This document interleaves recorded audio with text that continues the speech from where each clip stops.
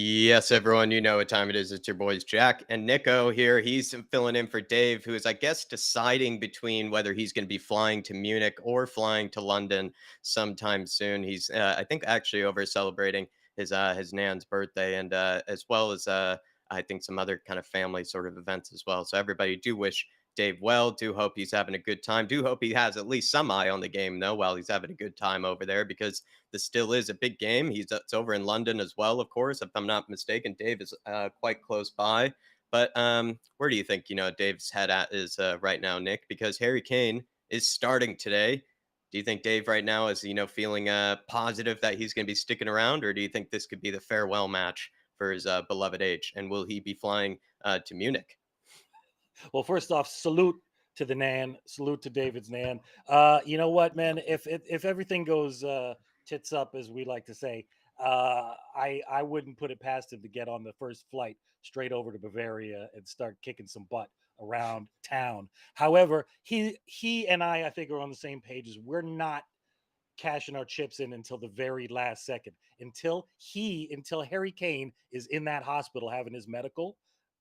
We don't think it's going Hmm. to happen. Now, Daniel Levy, apparently he doesn't really care. He's on vacation, and I say, good, Daniel, go on vacation, take an extra long vacation. Hey, don't come back. Let the people that you hired to run the club run the club. You just take it easy, buddy. We're okay over here getting things done. Ange is in charge.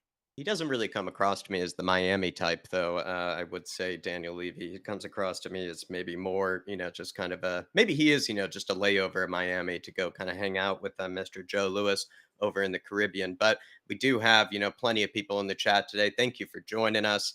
There's definitely probably plenty to talk about. In fact, I do have a bit of a Harry Kane story here. But if you do see the lineups in front of you, and if you are joining us, it is Vicario in goals. It is Emerson Royale. Good to see my boy back in there, and he might Hmm. be given some sort of, I think I'm not sure if this is sort of him given the go ahead of Pedro Porro, but perhaps Ange Postecoglou against maybe a more formidable attack, which could be Shakhtar's. He's thinking Emerson Royale could be a decent option, or at least a good partner for Romero. We have Davies. I think this could hopefully be one of the last times we have to see him at left-sided center back. It is Romero at right-sided center back.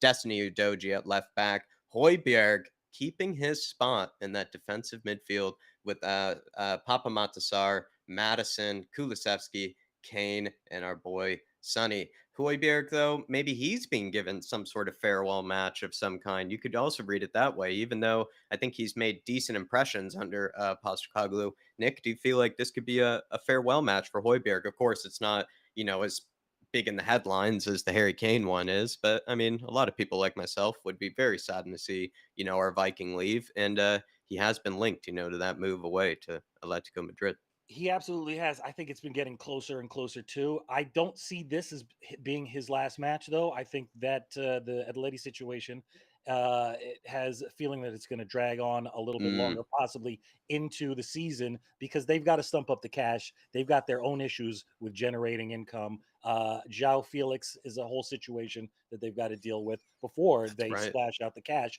Because I don't think anybody thinks that Højbjerg is worth less than 30 million euro, maybe, Yeah, what was the and first bid?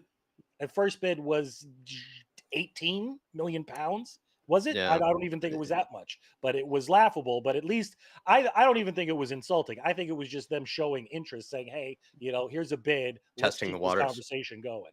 Yeah. But as far as seeing our buddy, the Emmer Goat, the classic stylist that he is, and I think that this is a shot of things to come, because we're Hmm, going to have to see what a more defensive setup looks like. Even if you're playing Udogi on the left, we're going to have to see what a balance is looks like. hmm. And I know we don't want to.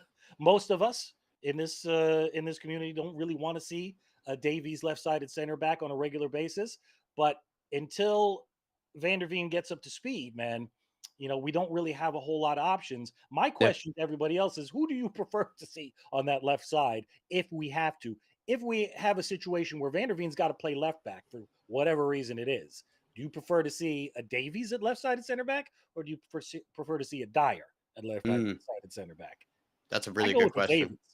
I mean, you pick your poisons, and you Yeah, have to, at the end of the day, I mean, Davies is sort of like a poisoned vanilla ice cream. So I just sort of feel like he's maybe not the worst option of them all compared to Dyer, Sanchez, and the rest. But it is also interesting that Davies just consistently has been getting the nod ahead of them. And at one yeah, stage, even Ange, I think, was asked about it, and he said something like, "Do you see Davies as sort of a backup left-sided center back?" And he was like, "Well, not really. I kind of see him more as a left back," which then I think is more of a really. damning indictment of Dyer and Rodon and the rest of those guys who would probably be trying to, shoot out for that sort of left-sided center back position to try to get some sort of minutes during the preseason. So the fact that Davies is just winning out, even though he doesn't even see him as a center back realistically, definitely says a lot, hopefully, about maybe a potential exit for a lot of those other kind of deadwood dross players that we've been ramming home, the usual suspects, Hmm. for a long time. Let's get to the chat here, though. Some beautiful names in here. We have Gabrielle One from Ann Arbor, Michigan. Good to see you, my friend. Thank you for joining.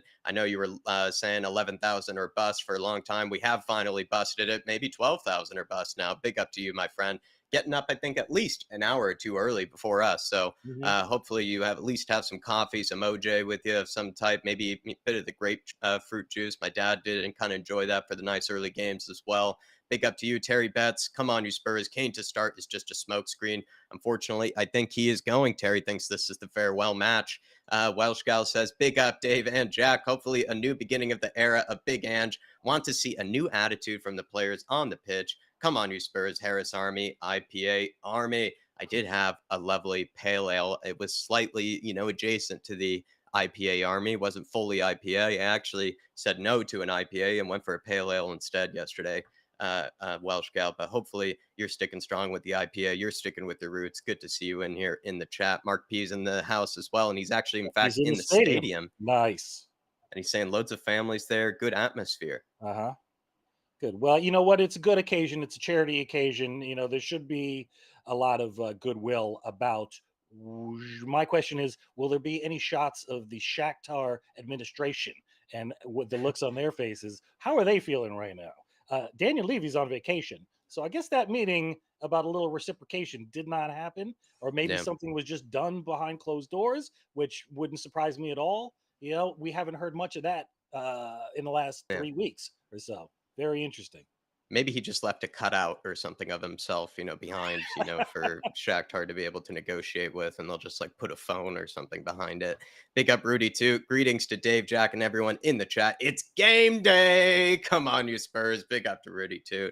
Absolute legend. Good to see you as well. AK Shags. Good to see you, Kamikaze. King Hoddle's in the house as well. Good afternoon. Where's the pigeon? The pigeon, is he not even That's a in good the question. Is he bench? in the I subs? see He's Brandon not on the. Austin, Gunter, Pedro Porro, Sanchez, Dyer, Region, Skip, Basuma, Lacelso, Perisic, Solomon, Scarlett. No pigeon today. I did That's interesting. see an Instagram story of Emerson and him in sort of the medical room, kind of, doing some sort of shenanigans and, having a good time. I didn't read much into it. Maybe it was just sort of them, kind of getting their sort of usual treatment, but perhaps Richie picked up a knock. I'm not sure. Do you know of anything, Nick? I haven't heard anything, but I mean, if they were in the medical room together, I don't know. Maybe Emerson was trying to juggle scalpels and dropped one on Richie's foot. Wouldn't put it past him.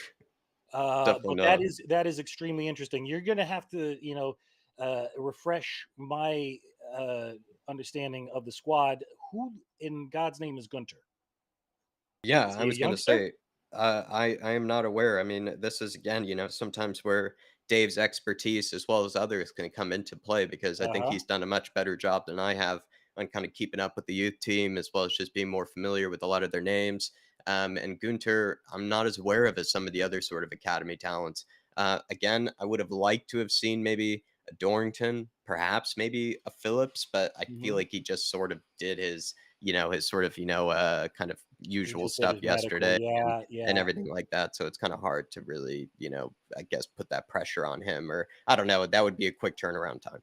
Yeah, definitely. And word on the street is Alfie Devine is going on loan, right? As far as I know, Yeah, from as far as what I I know was as reading. well. Yeah, because I would love to see him as well. But if they have plans for him and he's on the road, then best keep him safe right now. Definitely so. Definitely so. Good to see you as well. Lisa, good to see you, Lisa. Hopefully you're keeping well this morning. We have Joff as well in the house all the way out in Perth. Hopefully you hosted the team well and hopefully you're keeping, I think it's I think it's very late in the evening, Joff, if I'm not mistaken, for you. I forget, sometimes I get the Australian time spot on, and then sometimes I get it absolutely the opposite of what it is. Carrie King's in the house. Good to see you. She says, come on, you Spurs. Good to see you, Carrie. Stevie Frazier's in the house as well. He says, morning. Come on, you Spurs. Not sure about Kane, but starting, but it's just another loop on the Spurs roller coaster. So I'm going to kind of give my sort of thoughts on it. I feel like Harry Kane starting today, Daniel Levy leaving to Miami. I don't really know where the assumptions are coming from that this is getting done anytime soon. Yeah, In fact, man. I'm getting more of the opposite. I'm getting more More like like Daniel Daniel. Levy waiting till the end sort of type of thing. So I don't know. Like, what do you think, Nick? Is it? Listen, it's the elephant in the room right now, and it's the big question: was Kane going to start? I mean, over the last 72 hours, that is the question. Is Kane going to start this one? I really do not see anybody putting £100 million asset on the field right before a major transfer. That is just not done. That's you want to read between the lines. You got to think about that very heavily. Levy is not feeling like he has to be there to sign any paperwork either directly. I mean, take that as you will. Yeah. Maybe he's playing silly buggers. Maybe it's all said and done. We're buying strikers left and right. We're linked with every striker under the sun right now. It's hard to read, man. I can't wait until the saga ends. Yeah, me too. I can't wait either. Good to see so many faces in here. I'm just going to try to catch up. I do see 2J. I see Dark Sun G. Good to see you, my friend 2J. I'll get to you here. He says, I have a gut feeling the deal is done. Levy made it clear to Byron he doesn't want an announcement until tomorrow, so there's no backlash at today's game. He's also left the country. You could also read it that way, I Yeah, guess. That's yes, true. you That's not can. a bad Yes, you way. can. Yeah. Clever man, 2J. Clever man. Mhm. Good to see you, Derek Hutchinson. I spot your name as well. Dan Coys, member for 17 months, says couldn't be there today. Come on, you Spurs, Dan. I know you go to a lot of the games and you still do such a great job and still tuning into the Harris Army. Thank you for 17 months of support. Thank you for 17 months as well of just sticking around through the roller coasters, my friend. And the fact that you go through the roller coasters that we have through on this channel with the chat and everything like that to the roller coasters you see firsthand in the stadium. Props to you, my friend. Props to you. Foggy Foam, good to see you in there, as well as Irish Gooner. You have Dark Sun G, finally got to you, my friend. Apologies. And he says, what do you think about the 3 new signings? Come on, you Spurs. Ashley Phillips, I might start off with here, Dark Sun G, just by saying, I think Spurs have actually gone for maybe the center backs of the future, the center backs Yeah. of maybe England's future. Alfie Dorrington from our own academy is rated as one of the most highly rated center backs of kind of the England's future of the England setup.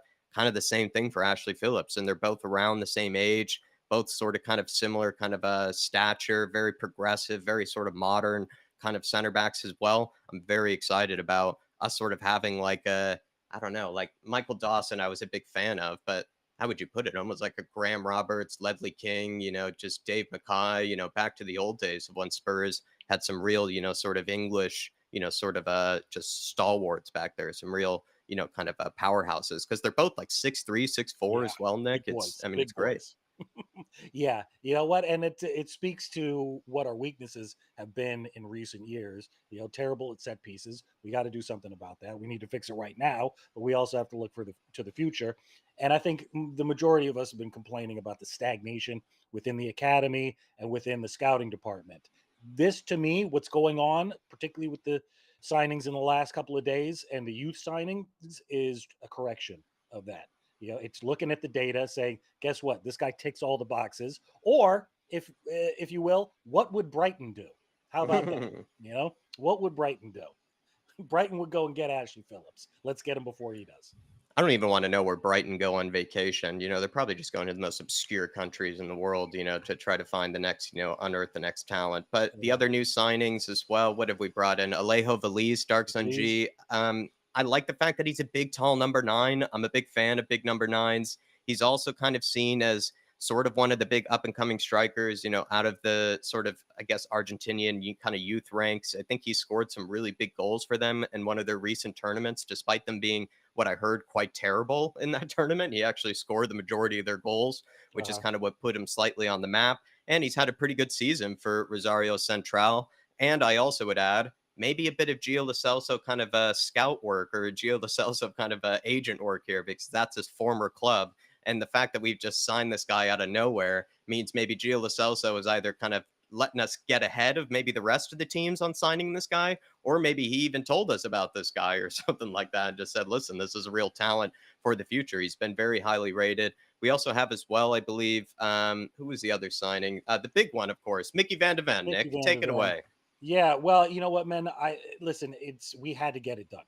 We absolutely had to get it done. Just like in a similar sense, I would say we had to get Romero done 2 seasons ago. We were all on tenterhooks, thinking that Paratici was not going to pull it off because it dragged on so long. And in my opinion, if we would have failed at the Romero signing, it would have been marked an absolute failure for Paratici at the time, and it would have put the fear into the fan base and the administration. I think the Van der Ven situation is very similar because everybody and their dog's grandmother knows that we have defensive issues. So it was always going to be difficult. We should have just signed him as soon as the season opened. Same with Tapsoba. The price probably would not have been as high if we would have just pushed the boat out immediately and said, here's a bunch of money. Let's negotiate for a couple of days and get it done. But, we don't do things the easy way or the way we're supposed to. No. I'm just happy he covers so many bases too. Something I was very worried about is really the left back situation. Udogi, I love to death. But defensively, he's going to need some backup. He's going to need some cover, and Ben Davies just isn't that guy. Yeah.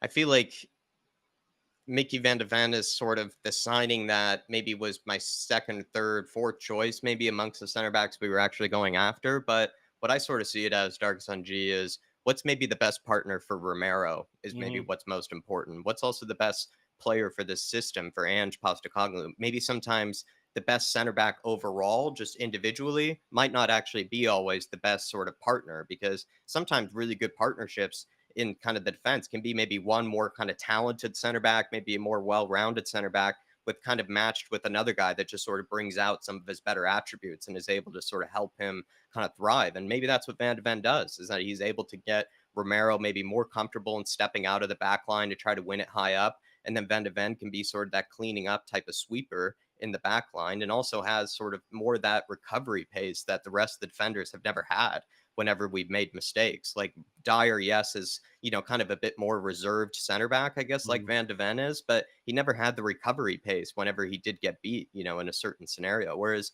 Van de Ven, even if he is a bit more reserved, kind of waits to, make his challenge, whereas Romero is a bit more gung ho. I think the fact that Van de Ven is just so massive, so quick, he just sort of feels like he could have that sort of Van Dyke type presence, or even a bit of a Vertonghen type presence, where it's just Yeah. sort of like maybe they have just that sort of cool kind of, easy, make it look kind of simple type of defenders. They're not going to be always so robust as like kind of Romero might be. So I'm really excited about it. And what's most important is what's the best partnership for Romero? What's the best partnership for Tottenham Hotspur? And Mickey Van de Ven, from what I've heard as well, I think Ange Postecoglou was even scouting him when he was still at Celtic or something like that. If that's the case, the man's scouting, or at least the man sort of kind of at least his network is just ridiculous because he is able to get scout players all the way in the second division of the Mm-hmm. Eredivisie. So I mean, the guy is actually crazy. He's almost like a Brighton scout himself, Ange Postecoglou. And then Dark Sun G as well, throwing in another super chat. Top to you, my man. He said, sad that there is no Richie on the bench. Let's Yeah, man. win though. Dark Sun G, I love the fact that he's, a massive Kane fan, a massive Sonny fan, but, he's also welcomed in Richarlison into his heart, like plenty of us have. And I'm sad to not see Richie. What I would say, though, is it feels like the kind of Richarlison debate about whether he can fill in for Kane. At one stage, it took a bit of a dip because he had that really bad, poor match against West Ham. But now I would say he's kind of riding on a high. It feels like a lot of people have confidence that he could take over for Kane, or at least he could put in at least 15, 16 goals. And feels like Richarlison, is kind of getting some good stock back, at least from Spurs fans. Yeah, well, you know what? Whether it's against City Sailors or Manchester City, a hat trick will do that to somebody. It will lift up your spirits, especially with the drought that Richarlison has been having, man. But you know what? Since there's been no info. I don't know if you're gonna try during this match to look up a Let's little do it. something on Twitter, see what Ali Gold has to say. But the fact that he's not there is glaring at everybody right now, and it brings up the question: does Kane play uh, both halves? You know, Mm. if there's no Richarlison, is Kane going to get rested? Who are they going to put in the number 9 spot? They have Dane Scarlett. I guess Is he's going to Dane be given Scarlett on the some. bench? Let me go back to Yeah, he's on what the the hell. bench. But you're right. Dane No, it's a Scarlett valid is on the question. bench. Uh huh. Yeah. It is a valid question though. Like, could he be given, in fact, maybe more than 45 minutes Harry Kane here? That could be the case. I haven't seen any updates on Richarlison and, about that injury yet, everybody, but I have seen pictures of Mickey Van de Ven in the stadium. Come on, there it is. If Nice, that's nice. better than him holding the shirt, I don't know what is. What's he doing there? What's he Yeah. doing up in Daniel Levy's press box with the heated seats? That's better than even him holding the shirt. That just shows that he's one of our own. There he is, Mickey Van de Ven, everybody. Good to see that. Good to see you, Dark Sun G. Thank you for joining us in the house. We have Daniel Larson as well, and I think he's been having a pretty nice vacation. He says, "Big up, Jack and Nick. First time watching Ange Ball. Excited." Do you kind of jealous of what Daniel has done? He's sort of kind of removed himself, it feels like, he's taken at least like a month break compared to us sort of psychos who are just, always, can't even take, a minute away from it. Daniel has done, I think, the smart thing, just sort of, taking his mind away from all the drama of Spurs and is kind of going back into it with more of a clean mind, kind of a fresh mind as well. Are you a little Yeah, jealous? Daniel's wise. He's emotional, but he's wise and practical, from what I know. And if he has the mental fortitude to remove himself for that, more power to you, man. Because you're going to be better. Your mental health is going to be better when the season starts compared to us, who've just been day after day, hour after hour, opening up the phone, open up the Coys app, and just like, what is it now? Has he gone? Is he still here? What's going on? Mm. Jacob Anderson, good to see you in the house, my friend. Was hoping to see Alfie Devine on the bench and getting some minutes. Is he injured or something? I thought he looked pretty good in the first game. I did too. I didn't think he made himself look bad at all. I thought he was, in fact, one of the more, like, how would I put it? Like, in a situation where you don't want to, stand out, right, in a bad way, Nick. That's what I thought, he did a good job of, and the fact that he didn't, stick out like a sore thumb. In fact, he looked like he made sense in the system. He was making all the right passes, all the right decisions. I really liked Alfie Devine's 45 minutes. In fact, he Mhm. was part of one of those second half teams, right? That Yeah. were one of the better teams. And it's a little sad that he hasn't been given more minutes. I see him all the time in training, just Yep. finishing goal after goal after goal, but we don't get to see him in the preseason. Yeah, man, but there's a question now. I mean, other teams, if he is going out on loan, they want to get their squad set. A player like Divine, if he's going to the championship, they want him in ASAP because whatever team he goes to, I don't know if anybody knows who he's been linked with, but whatever team is going to want him in as soon as possible. I feel a very same way about Phillips right now. The rumors are he's going to be going on loan immediately too. I just, that's probably the best for his development, but I would Mm, like to see him as a backup for Romero, really. I would like to see him right in there. I mean, he's got the size, he's got the strength. We're not talking about somebody that needs to bulk up more. He is going yeah. to bulk up more. Kid's going to be about 6'7" by the time he's done. But, experience with the first team could be very, very valuable going forward for him right now. Maybe just think about how tall Alejo Valise could be at some stage as well. We have a lot of Yeah. kind of young kids that even somebody that Wayne Bonner has mentioned here, Papa Matasari says, good to see Sar starting today. Yes. Hopefully he'll get the Yes. full 90 minutes. That boy is absolutely quality. Papa Matasar, a diamond, underneath the surface that Paratici has given us. Nick, somebody that I feel like was sort of like the Ashley Phillips signing or kind of like the Solomon signing where honestly not that many people cared. It felt like I really got that excited about it when it first happened. And Hmm. now all of a sudden, he's in Ange's plans and he's probably one of the most well-liked, players in the squad. I mean, how many times are we seeing players just, slapping him on the back, pushing him around like he's a little brother of like, the whole team. Well, you know what? Him getting the start right now, too, I think is hugely important because he's going to need to know that the coach has confidence in him. Really, it's Yeah. time for him to step into the spotlight right now. And, obviously, Ange sees a lot in him. And I think he's going to play a big part in this season. I don't think he's going anywhere. We didn't pay out the nose for him, but it's time we really start investing confidence, not only money, but confidence in these people. Yeah, And now, who is this definitely. woman? Somebody let me know who's doing the opening song right now, if you know. She's going very deep into it. Maybe she's singing the Ukrainian national anthem, if I'm not mistaken. That could be Bingo, it. There it bingo. is. Adrian Chia, big up to you, my friend, with a super chat. He says, big up, lads. Can't wait for the new season. Come on, you Spurs. Big up to you, Adrian Chia.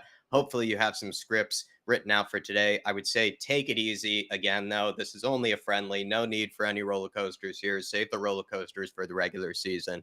But big up to you, my friend. Good to see you in here. And also, hopefully, Singapore is nice and sunny. And, you're not getting, flooded out like Thailand was during I guess the preseason. But hopefully you're enjoying your summer. Hopefully you're having a good at least last week before we dive into the chaos of the Premier League and the next season. Big up to you, my man. And then everybody, before we do get started here, though, we have about a minute or two before kickoff. I'm seeing well over 230 in the house, at least at one stage. Can we please smash that like button? I'm only seeing 50 likes at the moment. So please, Get everybody, if them it could at lights up, least man. get to, I don't Just know, lean a let's just little get to forward.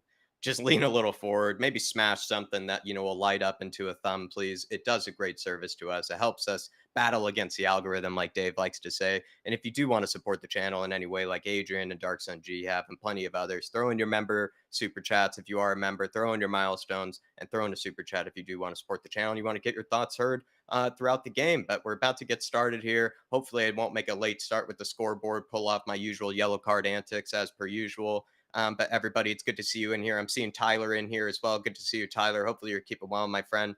He says, is it on CBS again, Jack, or just Spurs play? Would you have an answer for him there, Nick? I feel like No, I CBS can take a look real quick. isn't Real on quick, cable for CBS. It's not really like the it CBS might sort be of because like yeah, you app. gotta have you have to have cable with CBS Sports in your package to get all Mm, that kind of content, which I do not myself. That's why I pay for Spurs Play. More money in Daniel's pocket. Real quick, Jack, I'm gonna try to get a little bit of the stadium sound in. go If ahead. it's bleeding in, to let me know and I'll kill that. But we're gonna try just a little bit real quick here. Well, I'm wearing headphones, so I think it should be. I think Okay. it should be all good. All Yeah, right. it Well, should we'll be see. all We'll good. see how we go with that. I'll just let you know if I hear too many Eric Dyer chants or things like that. Then we might have to None of turn it that. down. Enough of Yeah. that. Enough of that. But good to see Obviously, and you. his kids are still in Canada, so we should have to worry about that. Good to see you, everybody, though. Please, again, smash the like button, keep getting your comments in. And as well, if you do want to support the channel in any way, feel free to grab a membership as well, because there is plenty of kind of member content that's going to be coming out, especially when the season gets kicked off. The fantasy league is already up and underway. If you do want to join, the league and battle against me, Pedro's Prisoners FC, as well as plenty of other teams in the league, feel free to do so. There's also some kind of post-match content that's for members only and plenty of other stuff that's going to be happening. So feel free to grab the membership. But I'm looking forward to playing against Shakhtar. I feel like I'm a bit of as maybe guilty of in the past. I'm part of the IPA army, part of kind of the cringe hipster football army as well, Nick. And Shakhtar Donetsk is, one of those teams that I actually will get up for, Uh to huh. watch every once in a while. If there's, a Europa Conference League game between Shakhtar and Rennes, I'll take a look at them. I just feel like they're a bit like Ange. They play that sort of, progressive brand of football. I think the stream though did pause for Yeah, a I second got though. you. I got No you. worries. That was my fault there. Yeah, man. The fact that they've produced so much talent over the years, particularly South American, Brazilian talent, there's obviously something going on there. They know how to get blood from a stone. They know how to make diamonds out of coal. Yeah. Yeah, they definitely do. I love. I would say I love the Shakhtar players. I think they're very talented. I think they have a really good academy over there. They produce some real starlets, in my opinion. Um, All right, hold on one but second here. maybe just refresh, I guess. Yeah. Big up to Echo Echo. Big up Chunky Cheeks. Let's go, baby. And Shemtan's in the house as well, saying, "Hi guys, nice to see everyone." No Solomon starting. Yeah, I guess it's Mhm. because this is the game where maybe if we win it, we truly get to sign Solomon, or I don't know. I think it's Do kind of they like just the sign his one Barcelona last game. year? It's like the Barcelona game. It's the battle for Longley. Um, I don't know, Shemtan. I think it's just Solomon has made a brilliant impression, and he's probably, you know, kind of just being let, kind of being given a rest to just sort of, let other guys be given a chance. That's my guess. As other guys maybe haven't been given as many minutes, and I guess Solomon is sort of kind of, being given a rest here and in, place of other people. But I don't know. And thoughts on that? Maybe Nick Solomon not starting. I don't know. Maybe a deal was made behind the table. If Shakhtar scores 2 on us and Solomon doesn't score, we got to give him $1 million or something like that. Who knows? I think I think what we're looking at as far as this lineup is a bit of a rotation. It's not exactly opposite of what we've seen, but we're seeing players start that were more second half in the 2 matches that we did see. I see the Madison and Kane combination as essential. You have to give those guys as many minutes as possible to learn how to play with each other. So that makes a lot of sense. Son Kulusevski as well. There was a lot of disconnect in that in the attacking sense in the first halves of those 2 matches. But looks like we're about to kick off here. Yes, sir. We have kicked off officially here, everybody. Please, again, keep getting your comments in. And also, if you've ever debated whether to subscribe to the Irish Hotspur, this is probably one of the only channels that would be able to name at least 4 of these Shakhtar players without even looking at the lineup. I haven't even looked at the lineup yet of Shakhtar, and I can name at least 4 of these guys on the ball there. So if that isn't enough for you guys to subscribe to the channel, I'm not sure what is. Good to see you, though, all in here. Dan Davenport as well. Good to see you, Janola, as well, listening from work. Hopefully work is going all right for you, my friend. We have Welsh Gal as well, saying big up Jack and Nick. Come on, you Spurs. No need for the squeegee men today. Definitely no need for them. Right. They've been put on rest. Sunny London. Good to see. It's been raining a lot, though, from what I can tell in training. Yeah, right. And very windy or something like that. Or at least that's what Mia says. She almost got blown over. Big up to you, though, Welsh Gal. And yeah, it's been raining a lot. It's good to see that it's maybe slightly better weather today for the boys. And they're wearing the all-white kit. It's, quite nice to see this. As much as it's, usually for European, it's nice. It just looks good. Destiny Udoji looks gorgeous. He's gone for the high socks, the long sleeves. It's gorgeous to see. Emo with a nice little pass outside to Papa Matasar. Emo on the ball here. Davies.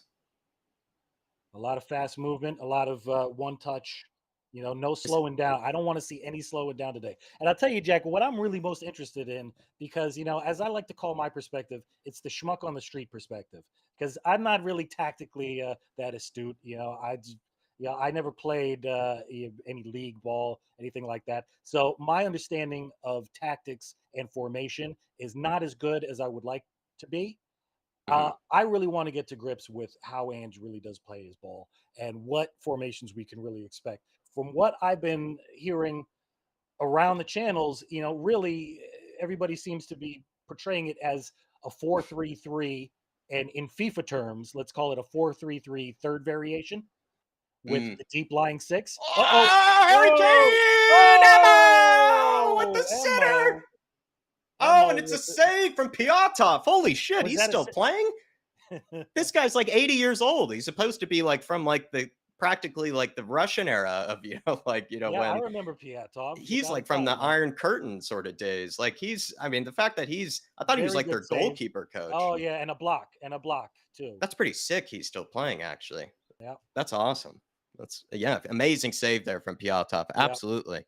Harry Kane nearly scoring right away. Header. Oh, was that Sar? Yeah, it was. Yeah. Gorgeous hit. Yeah, he loves that low drive, man. He loves a long shot.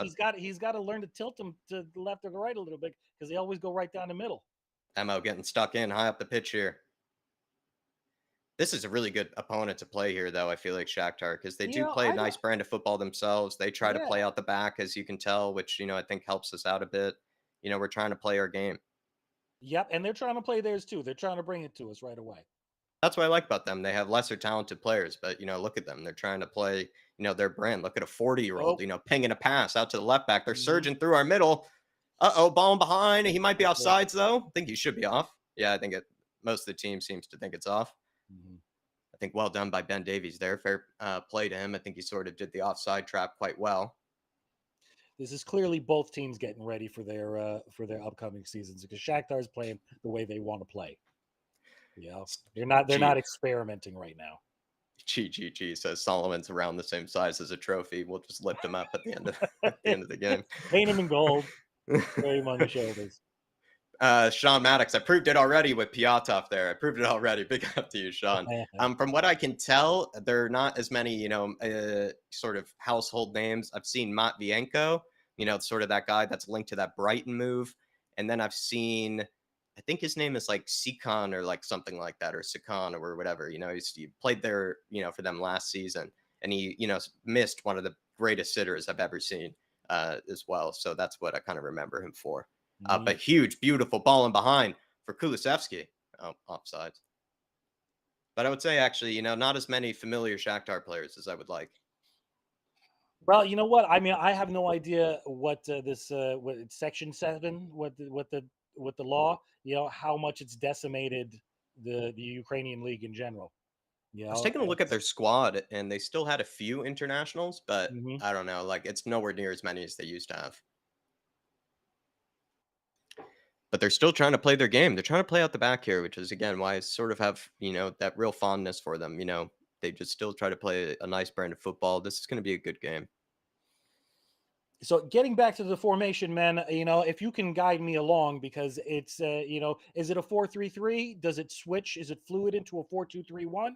That's what I've been seeing. And, from my research, Ange does like to play a 4-2-3-1, which in my assessment gives us much more possibility as far as switching between a defensive fullbacks and attacking fullbacks. If it's Mm. fluid between a 4-3-3 and a 4-2-3-1, the 4-2-3-1 giving us a little more solidity with two CDMs. What I find, I don't even know if I could give it an exact shape, in Uh-huh. possession, because what seems to happen a lot is fullbacks tuck in, and then Hmm. often we see actually the midfielders go into wide areas at times, right? Yeah. Because we saw Emerson pick up the ball in midfield to then spray it out wide to Papa Matasar. So that sort of shows that the formation can be, maybe not as conventional as we might think, at least in possession. And also, as well, I think Papa Matasar is pressing a lot higher than we expect. Nice ball in behind from Piatov.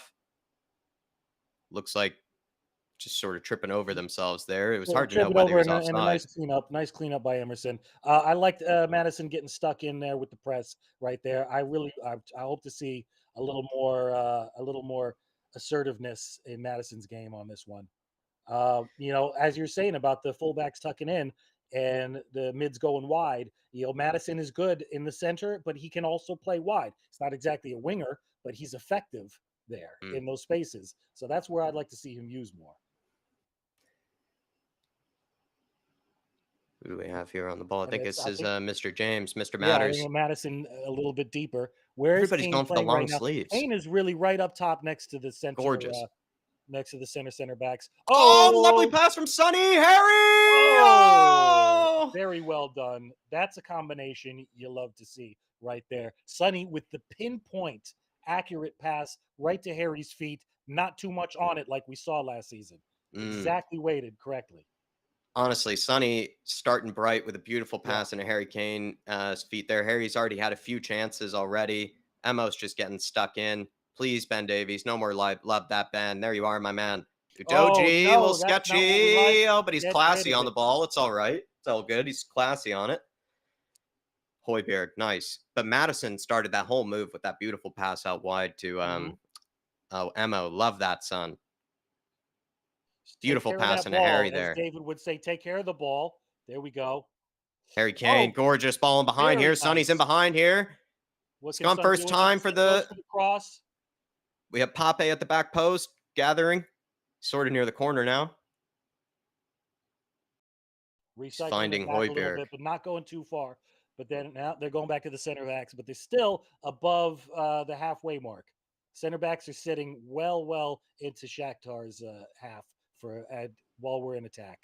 And it's looking to me clearly like the remit to Sonny is to try to get more crosses in, try to get more Yeah. balls into the center with his left foot, which he should be able to do just fine, rather than his typical cut in. Yeah, and Kulusevski kind of the same thing, right? And I saw Mhm. in training he seemed to be working a lot on those sort of right-footed crosses, Yeah. from what I could tell, at least in the training videos. And I think Ange, forgot to, send me the email, on what the training routines were. But from what I could tell, that's what seems like they're working on, more of those crosses in. Udoji here. Nice one touch give and Oh, go good from try. Sonny to Adoji. He got it. Win Was that. not able to Love hold that. on to it at the corner. Madison. Madison dipping and dodging. Shaking and baking. Mm-hmm. Emerson Over to Mo. Well wide to Kulu. whips it in. A little short. Nice. Oh, win Back and that. forth, but we lose it. But Show him Kulu the weight uses room. the strength. Yep. What? No, hold on there. Yeah. I think The na- referee's just getting, his first sort of whistle blows, out of the, Mhm. out of the season. They have to It was a practice as little well. rough. Hey now, man. Now that's just okay. He got a little bit of Kulisevsky Swedish shoulder in the nose. That's gonna make it. It's gonna make you sneeze. It's gonna make you twitch a little bit. But I don't Speaking see of the anything wrong with Swedes, that. I don't think it was a free kick either. I will be, not shopping for any sort of Scandinavian themed gifts or anything for a long time after they've beaten the American women today in the World Cup. Very Oh salty. man, Very was that salty. this morning? I even have a Swedish, kind of kit and everything. I won't be wearing that for a while. Well, you know what? You can't win them all. Uh, Pape. We've had the conversation. You know how I feel about the U.S. National teams. Not the biggest fan, but we won't get into that right now. Oh, gorgeous balling behind for. I'm not sure who this one is. It's not Sikon, I believe. Romero's on him, though. What are you going to do, Cody? Oh, You're he's going to getting do that. stuck You're in. going to show him who is in charge of the penalty box, and it's Cody Romero. Emo and Cootie have just been getting stuck in on everybody here. Absolutely love it. Tyler in the chat. Good to see you, Tyler. He says, good to see my long lost father on the watch along again. You're damn right. You're damn right. You're looking good too, man. I can just imagine it because I can read inside your head, man. That And was you're right. hilarious. Kane looks beautiful, man. Kane looks beautiful. We can't lose him. No. Why would you want to? You keep him as long as you can, man. Love the inside jokes on the watch along thus far with the squeegee. No, Tyler there. Big up to everybody. Hopefully you're keeping well. Big up to Ellie. I'm seeing you in here joining us. Good to see you. I'm here at the match, lads, and looking at Harry Kane's locker room, so he can't go anywhere. I love that. Keep him where he is. Ellie, don't maybe take his keys away. Hand him over to Theo. Or maybe hand him to one of the daughters. As well. Maybe just keep Harry Kane, at least as far away from the airports, as far away from any sort of mode of transportation. Big up to you, Ellie. I'm liking the confidence enough to get away with the one-touch triangles because Shakhtar is putting the press on us. They're not making it easy. A little dip and dodge. Okay, nice idea. Didn't come off exactly well. Højbjerg. As Kamikaze says, we are looking sharper than we were in the last two matches starting out, without a doubt. I love this new style of play, but we're so easily caught out in defense. I worry about Premier League level opposition, Akshex. Yeah, I think that ball over the top, Shakhtar have been using. Yeah. And it is worrisome. We're just going to have to wait and see, really. From what I can tell, though, it's been nice to have. A little bit too much heavy, juice though. on that one. But at least having Emerson, from what I can tell, Akshegs alongside Romero seems to be giving us at least a bit more solidity in some of those kind of dangerous moments than maybe Pedro Porro. Yeah, Harry Kane's out wide here. Going for Højbjerg. I think he's finding Sonny here. Sonny cut inside, right foot across. Yeah. Definitely a good idea. Double teamed. Oh, and Star with a steal, but the loss in the penalty box. Nice little ball out. I think that's tracking down, trying to put a little pressure on.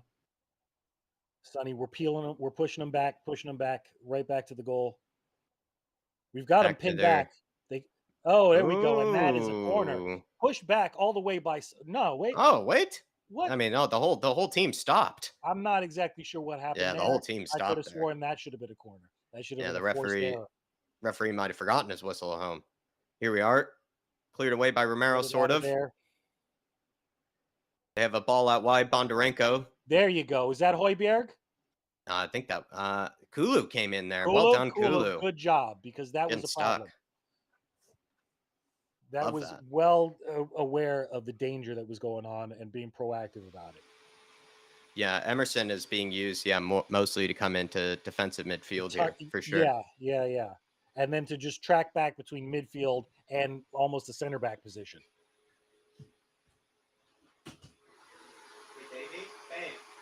Yeah.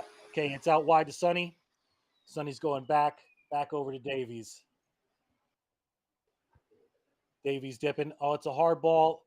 There's a little bit too much traffic to pull that off. Shakhtar has it now. Into the center with Shakhtar. What are they going to do with it? Are they going to go wide? Or are they going to try to go route one? They're not exactly sure. Our defensive shape out of position when it's not an over the top ball is looking a lot better. We're looking a lot more organized than we had been the last 2 matches. Uh-oh. I don't like this at all, though. Well done, Vic. With a decent decision. Smothered it before the attacker could get a pass off. But that was dangerous. Emerson lets his man go at that point. It looks like that's something that's intended. I'm not really sure why that was. All right, Sikon's number 14. Hashtag save Emerson indeed. Top man King Otto, good to see you in here. He's come such a long way, Emerson, with the fan base. If you've ever seen a loop-de-loop of a roller coaster with a player, it's definitely been Emerson. Oh, this is class. What? Yeah, I knew he was like retired. I knew he was retired or something. Wow. Very Nice. cool. Very cool. Well done. Big up Andre Piazza. What?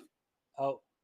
Or something? I don't understand what the card was. Yeah, I think it's a moment to pause and just okay. Well done. Or he is getting his send off. He is getting his send off. Nice. Yeah. Very That's nice. Cool. Very well done. No, he's an absolute legend of the club. Absolute legend.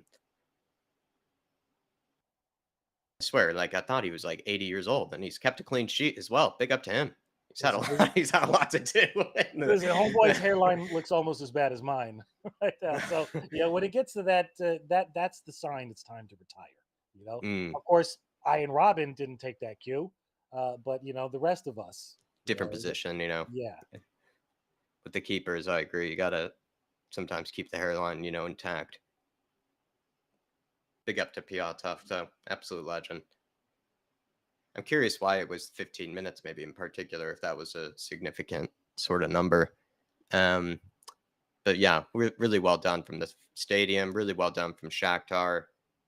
Beautiful to see. 482 matches. That's ridiculous.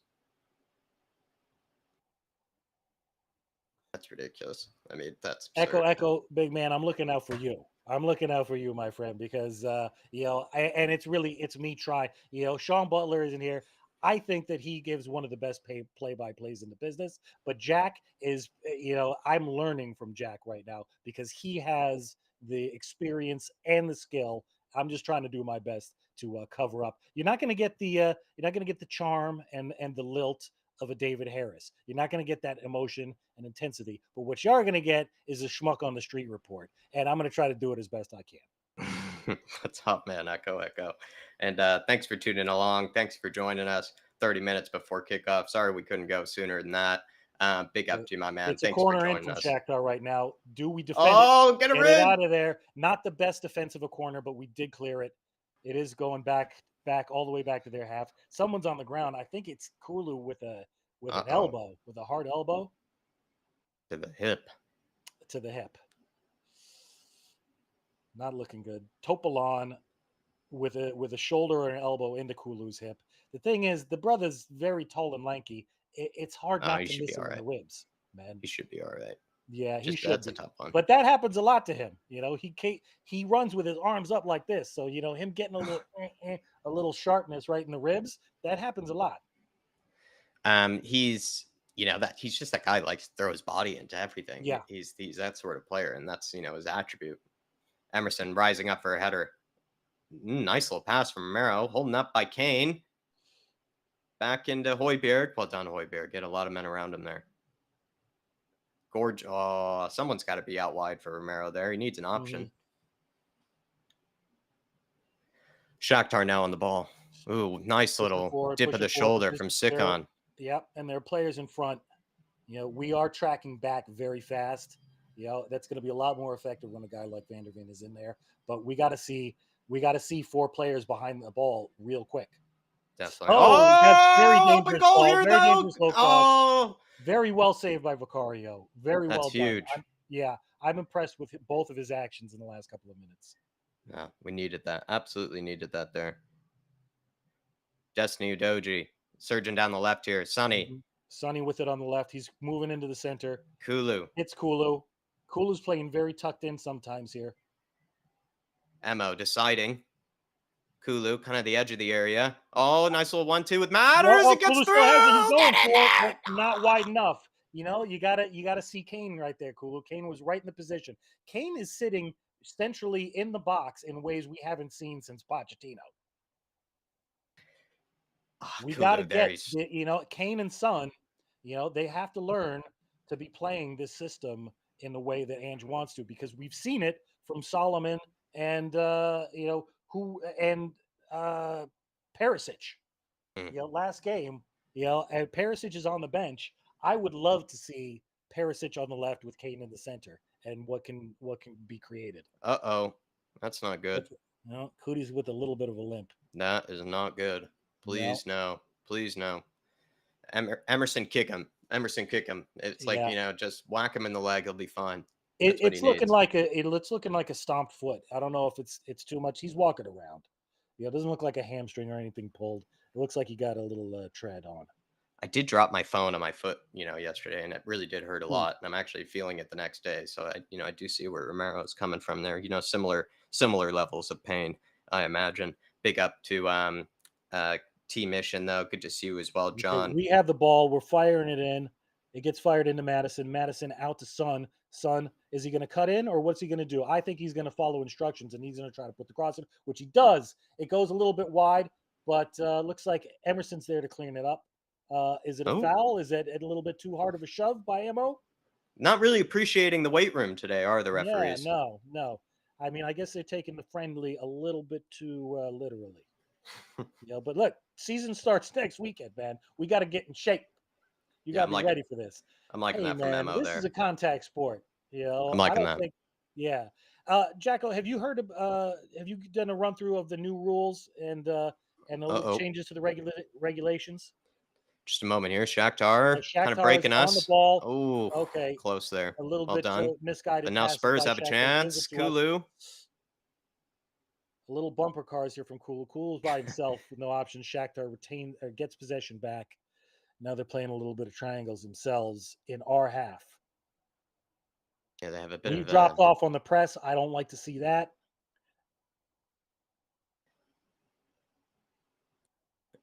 Long They're ball, going for a long ball. Yeah, but ill-timed and ill-directed.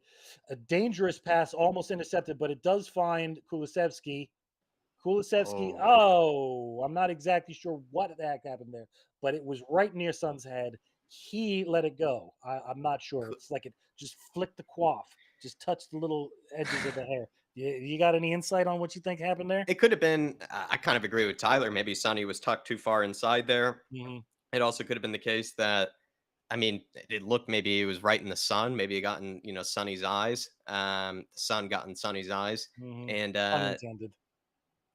It didn't look like the greatest of passes, but it also didn't look like the worst either. It wasn't exactly, it was a bit confusing there, but maybe what Tyler said, a bit too tucked in for sure. Oh, okay, chance here, Harry! Destiny! Oh my lord! Man. Just you shoot! know what, man? Somebody should have been in there to see him. If he's that close to the line, somebody should have been making a closer run in, without a doubt, because he made the right decision. The angle, he was never going to get that in with the way the goalkeeper was positioned. He made the right decision. It was a great cross. Great header from Romero there. Yeah, it was lovely football inside the box there. Yeah. We've got the ball. Sar's on it in Shakhtar's half. Emo stepping on the ball a little bit. We're trying to reset, reshape. Udogi's getting a hold on, ref. Let's talk about that. That's clear push. What I was talking about as far as the new regulations, man, it looks like in the Prem they're going to allow for a little bit more rough contact, whereas shoves like that may not be given as fouls quite as often as they used to be.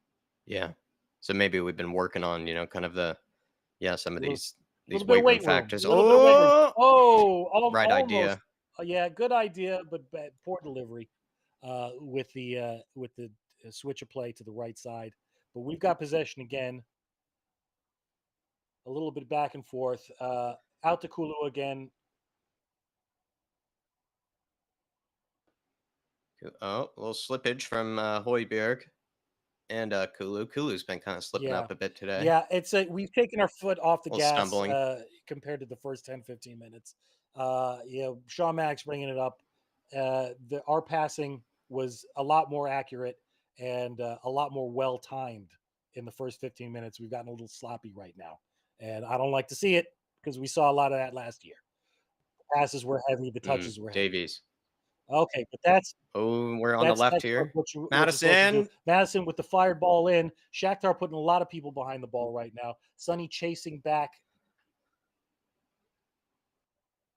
He's putting the press on, but not too intense on it. Yeah, Shakhtar doing a lot of Shakhtar. recycling back and Yeah, forth he's now. It's exactly seeming right. like looking like they're Oh, running a bit out of ideas themselves right now. oh, This is where good, we have to put the foot back on the gas. Step up good the win. press. Never stop is what Ange should be saying right now because Mm-hmm. Hoiberg, trying to win the ball high up there. Sonny, I guess, caught a little bit wrong footed. Oh, that's just lovely play from the whole team. I could see why Harry, naturally you just want to, keep playing the beautiful one touch football is kind of there. And it just sort of felt like, maybe could have thought about just kind of taking that little, touch inside. But really good, really good play inside the penalty area. It looks like we're going to be the first to score, but at the same time, Shakhtar have had their moments where they've Yeah, been they've able had some to. joy, with the fast breaks, with the balls over the top, and with almost getting behind our defense. And we got to be worried about that. Mhm. And the big worry is, are they going to target a guy like Ben Davies, who just doesn't have the pace? Well done, Destiny. Very well done. Udogi gets it, retains it, throws it in. It's out to Ellie's Hoybier. A little Ellie's bit saying back a and lot forth. of great movement, but no end product yet. Yeah, I think that's probably the right idea. Maybe no end product with the passes, maybe no end product with the finishing, but I do feel like I'm seeing some nice football. I would just like to see us be a bit more clinical with our finishing at times. I do feel like the some of the preseason has been a bit strange, some of the, misses that we have had, but hopefully we can finish one of these next chances here. Mo, a little shifty. Hoiberg out wide to Sonny. So much space for Sonny here on this left. hmm he's got Akers. It's been closed down now. Option out to Doji. Doji definitely playing way inside. Spurs now recycling it, and they're going to continue to try to go down this left hmm hand side again with Sonny. He's But got and even they're more giving space. Sonny lots of space. Why Left. not? Oh, Oh, left foot across. Doji taking care of that ball, protecting it. Hoiberg, Hoiberg. gorgeous. Oh, Poppy! Sar with a banger, very nearly. Goalkeeper had to make the one-handed save. Very well, much better positioned from Sar. I like to see it. I like to see it a lot. Dave Thomas with the comment, move Madison into Kulu's position and Lo Celso into Cam. Very interesting because He's you know comfortable on the it right. with how he's playing. Does does the right winger need to have all that speed, or is that going to come from the left back? Because the right wing, it seems right wing needs a lot better crossing accuracy, and you're going to get that from Madison. Do you know who you're going to get that from? I think Pedro Porro. Yeah, that too, Yeah. without a doubt. Okay, Uh oh. it's a short cross in from the corner, short corner in, and they're calling it a goal kick. Papa Tipped out. Matasar, though, seems like the guy that, I Could be the you could make surprise. if someone were to make a bold prediction right now, you would say Papa Matasar could end.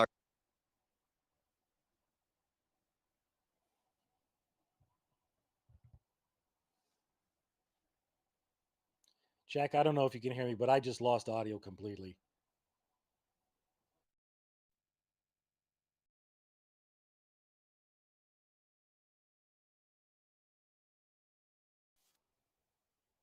Check, check, check Sorry, one, sorry, two. sorry. Can you hear me now? I got you. You're back in. You're I am back in business plugged over in. there. I was going to say bold prediction for next season, everybody. Papa Matasar, few goals. Yeah, No, man. he Yeah, man. loves a I think shot. he's going to be the surprise package, man, because he can make things happen. He shows up in the right place. It's not like he's been dominant this half, but where he's been effective, man. Oh, Oh, lovely from Mo. mm-hmm. This is more like it, says Daniel Larson. Come on, you Spurs. Absolutely love seeing you in here, Daniel. Hopefully you're keeping well. Over 360 in the house, everybody. Please smash that like button if you haven't already. And Paul Markey in here with a super chat as well, saying we need the scupper, the Kessier Saudi deal. Sign him. We need to scupper, or sort of kind of I haven't heard that word before, to be honest, Paul Markey. Scupper, word of the day. Scupper? No, it's a nautical term. Nautical term. You scupper a boat, you turn it over, and you basically Jeez, sink I it. mean, I should have known that, for the Lion City Sailors game. There was in the town I went to high school in Stanford, there was a restaurant called the Rusty Scupper, and that's where Phil Donahue used to do the Phil Donahue. There you are, Paul Markey. This is why we have Nick on. Exactly right. That's why a little pointless commentary. That was a gorgeous pass from A Højbjerg. worldwide, beautiful, beautiful cross pass from Højbjerg to Sonny. Oh, Sonny going through some with the wickets. idea, but just a tip pass. Yeah, trying to do a little bit of a meg, but not exactly the force on it that we needed. But it's into Madison. Madison's going out to Papasar. Papasar wide to Kulusevski. Kulusevski, what's he going to do? I don't like this Kulusevski and Emerson getting tripped over each other. It happens a lot, and it happened last season too. And they end up too close to each other where it eliminates the usefulness of both of their positions. Mm-hmm. And you think I'm telling you, Pedro Porro. I think Pedro Porro should be the one maybe you thought about crossing from earlier. Just think Pedro Porro is the guy. Yeah. But the Kessier deal, Paul Markey, here's the thing with Kessier. I sort of see him as more of a luxury type midfielder where he's not exactly a number 6, maybe a bit more of a number 8. Yeah. But he's a tough one for me. I just don't know if he's really a direct Højbjerg replacement. A lot of people debate whether we even need another Højbjerg replacement. I think we do. I think if we're going to, get rid of Højbjerg, we need another number 6 that can do something similar to him, but probably better, right? We want something maybe better because a lot of people have complained about him. So we shouldn't be going for something that's worse, like Dave has said. So for me, I think Kessier is a great player, but maybe not exactly a deep lying sort of number 6 like Højbjerg can be. Yeah. And that's where the whole question of what is the formation and what is really required comes up to me time and time again. Do we need that deep lying number 6? Yeah. I think we do. I really think we do. I think it would benefit us a lot. However, are we going to spend the money that's required when we've got still defensive issues? Madison with the ball, dipping and diving. He's definitely locked into the central position. I mean, he's drifting out to the left every once in a while, but it looks like he's kind of the focal point for fastballs coming into the center. Mm-hmm. Romero here. The game has been slowed down quite a lot. I don't know if that's a fitness thing or if that's an intentional tactic. I doubt that it is. Kula with the ball, trying to dip in here. Oh, Matter's a little shaky there. Madison showing why. Lovely from Mo. Very good. Højbjerg missing the mark. Not good. Not sure who that was out to. I think it was out to Kane, but it went right to Shakhtar defender. Yeah, you're right, though. The game has slowed down a bit, and Spurs are finding it harder to sort of string passes together quickly. I do feel like when you look at Shakhtar's setup, though, they're gone for like basically a 4-5-1, Gotcha. At times, which is probably hard for us to break down all the time. But at the same time, we're going to be asked to do that throughout the Premier League. Even still, though, we are getting behind there, and it's the flood of attackers forward that still it confuses everybody. Nobody knows who's going where. Back to Vic. Great touch from him, by the way, everybody. Mm-hmm. I think out wide to Papa Matasar here. Doesn't want to give it to Kulusevski. Mo. Right now is where we should be putting the pressure on right now because our opposition has slowed down. They're playing much more defensive. We've really got to hit them hard. Papa into Højbjerg. Højbjerg out wide to Kulusevski here. Can you do something different? Recycles it back to Højbjerg here. We're out on the right-hand side. Mo. A little shake and bake. Mo. Love that. Very nice to Madison. Someone find him. Into Harry Kane. Kane to Son. Sonny, have a hit. Sonny do here. He's got it. Too many defenders on him. That's all right. Back to Harry, top of the box. Harry. Oh, Mo. Mo. Take the shot, buddy. Mo's being too generous. Just too many tricks and flicks in the box for Mo. Davies, not a great touch there. Uh-oh, we're getting Is that hurt. going to We're leave us getting hurt on the exposed? He's got counter. 2 men on it. Well, getting lucky there. Getting lucky with the real heavy touch from the Shakhtar attacker. Davies, this is the thing with Davies that I'm looking forward to having Mickey Van de Ven for, is that Davies, right? He makes that touch, but then he doesn't really have the recovery pace to try to Yeah, go back and win it yeah. again. He's just too slow. Sonny with the Nice. Oh, good try. We're at the top of the box. Mo, shoot for distance. Too with easy. directly at the keeper. God, Mo should have shot earlier in the box. Yeah, Everybody had a really good chance. It was nice football from Spurs, but Mo just, I think he just didn't, I don't they're know. He showing it already had again an right idea in here. his head. He already Yeah, had an idea, and he and it was, tried a no look too. I don't know what the hell the point of that was. no, he pulled off some no looks earlier in the middle of the field that, worked out. But I think, in the middle of the box, just be clinical.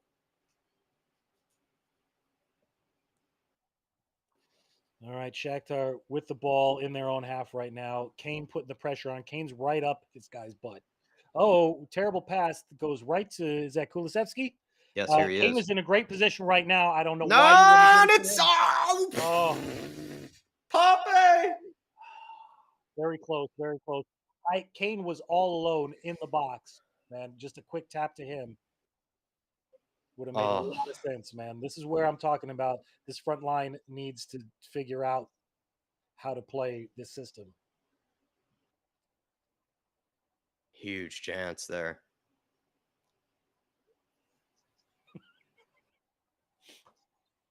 AK Shags enjoying the replay of the no look pass, as I did. Stuff to make you want to gouge your eyeballs out. All right, with the drop free kick short, sitting it back to our defenders. We're going down the left hand side with Davies. Davies almost getting tripped up there.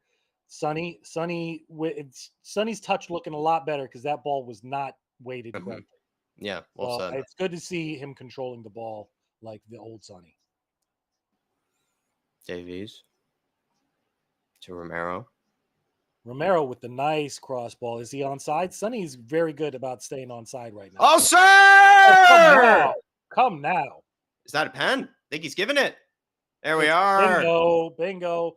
It's Thank a pen. you. Matters drawing the pen. Was that? Yes. Yes. And more of that, please. Because It's good that's why to we got a guy like him. We got him to dip, dive, piss people off, and trip them in the box. it's good to get a good sir, out before the season. Yeah, yeah, yeah. That was Get the season started correctly. you Yeah, can get tell it, that get it. we're approaching season because that one was done with a bit more venom than some of the other sort of preseason ones, but yeah, definitely a penalty. Absolute lovely 360 in the air, sort of spin from Madison after being taken out. Great little antics to sort of sell it a bit more. Absolute penalty though, nonetheless. Harry Kane gonna get Big his Danny goal Kane. here. Black Do boots. what you do best, my friend. Back of the net. Here we go. Big H. And it's Oh, in. and the Come keeper plays on. the right Big way, H. but there's just too much power. It's a rocket. It's in the back of the net. It's What are you gonna embracing the do? What whole are you gonna team. do?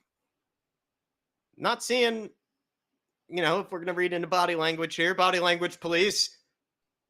He's looking, everybody's clapping him. He's just looking like it's just a regular goal, just another goal for Harry Kane. Yeah, nothing says to me a farewell honor lap right now. No, nothing Nothing at about all. what's going on right now. Great goal by Harry Call Kane. me crazy. Good finish. Best striker in the Honey's world. happy about it too. Let's go.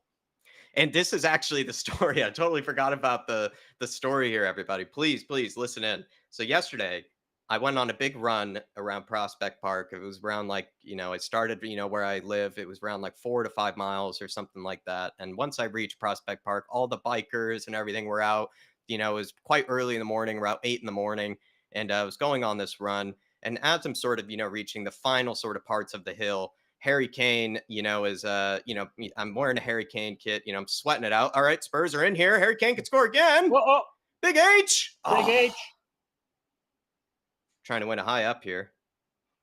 Oh, when you get a chance, Jack, tick that score box up to 1. But so you're wearing your Harry Kane shirt. I'm wearing the Harry Kane shirt. You're pimping around Prospect Park. You're showing off the pecs. I'm defending his honor. As you do. I'm defending his honor. It's I'm definitely, absolutely covered in sweat. pretty disgusting at this stage. A man with a slight European accent, dare I say Mm, German, mm. was passing me on a bike and he said, Harry Kane, staying or leaving. And I started saying the song, He's one of He's one our of our own. own. He's He's one of one of our our own. own. Harry Yes, Kane. H. He's He's one of one of our our own. And if own. you're 3 miles into the run here, everybody, covered in sweat, I mean, that is when you need that extra motivation to keep pushing, that extra motivation. And I absolutely just, started sprinting even faster, really, at that stage. It's just all I needed. I practically caught up with the guy. But yeah, really honestly, it's defending Harry Kane's honor yesterday. So many people on my run, were asking, whether he's staying or going while I'm basically panting and gasping for breath. And I was saying that he's staying and he's one of our own. It was beautiful. It was beautiful. Defending his honor. Good for you, buddy. Good for you. Stay delusional as long as you can. I'm going to. Oh, Oh, it's a spill. It's a spill. Oh, but the keeper comes in and clears it up. But almost a huge error on his part. He sends it long, but sends it right into Davies, who heads it up to Big H. Big H into Kulu. Kulu's bobbling along, but we've got it in the box. Man is getting a matters. dive in. Oh, Oh, tries a toe poke. sir. Tries a toe poke. I like to see it. I mean, it's you know what? I like the fact that he held onto the ball, and I like the fact that he went for it himself. Needed a little more accuracy. But you know what? As we've stepped up the pace clearly. A goal always helps for sure. It's we're as people have been complaining about, a few more preseason matches would have done this squad a hell of a lot more good. These guys need to grow, need to grow, need to grow, need to grow, need to grow, need to grow, need to grow, need to grow, need to grow, need to grow, need to grow, need to grow, need to grow. Hey, Nick, your mic is sort of kind of repeating itself. Here, maybe refresh it. Just a second though, I did have a super chat. While we maybe try to figure that out. Sorry, it started like kind of repeating it like the same last sentence. Paul Markey is saying we need a six, and it's Kessier's best position. All I can say, Paul Markey, is just that Kessier for me, when I've seen him play, I think he's a bit better, sort of as a box to box type player. I do think he's a quality player. Don't get me wrong, but I don't see him as much as the deep lying six. But I do know that you have proven me wrong plenty of occasions. So it'd be interesting to see. And I would take him. Like, I'm not, being completely picky, but just don't exactly see him as the direct replacement for Højbjerg. But he does have similar attributes. And Shakhtar here, by the way, just spraying a gorgeous ball out wide, out to the right. Now they're going out left, one-on-one with the Doji here.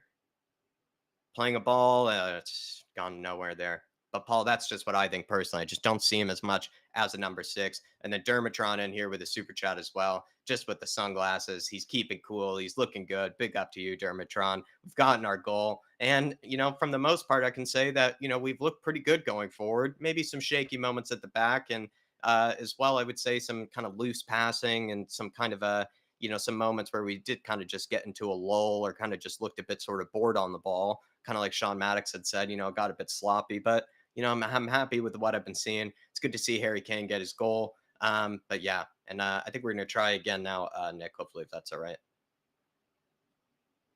You got There me? it is. Sounded All right, gorgeous. cool.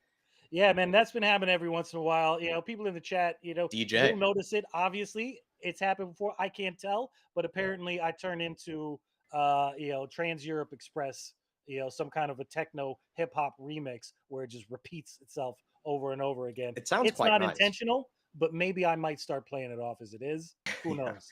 I actually think it's needed every once in a while. It sounds quite nice. We just need, it needs to be on like a sir, or it needs to be on like, At the some key sort of moments. catchphase or nickname or something. Beautiful football here from Spurs. Oh, Harry nice. Kane, get there. Oh, Ah, a nice falling over pass over to Kane from Sonny, but just there was it wasn't too far enough in front of Kane.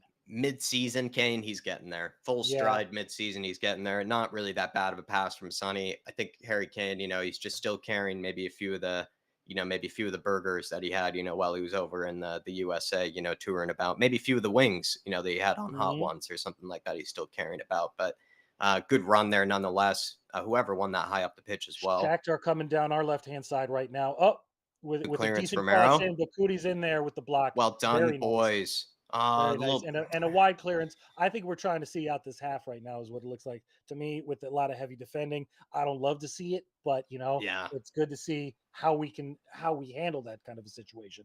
We're letting Shakhtar have the ball right now. We've got the whole team pretty much on the edge of the half into our half. We got to be putting a little bit of pressure on. This is right now at the end of the half, at the dying minutes. This is where we can be hurting teams if we start to put the press back on because hmm they won't expect it. If we're waiting for a counter, okay, I like it if that's the tactic at hand. If we've been told to do that, I just don't want to see us taking our foot off the gas and just retreating further and further deep yeah. because we just went through 3 years of that.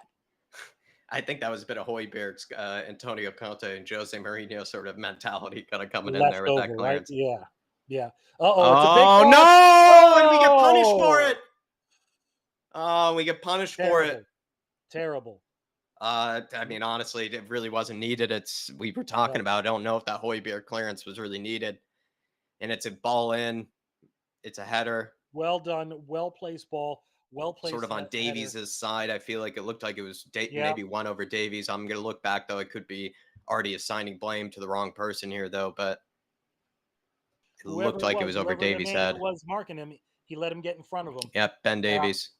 Ben Yeah. Davies. Of Well, course.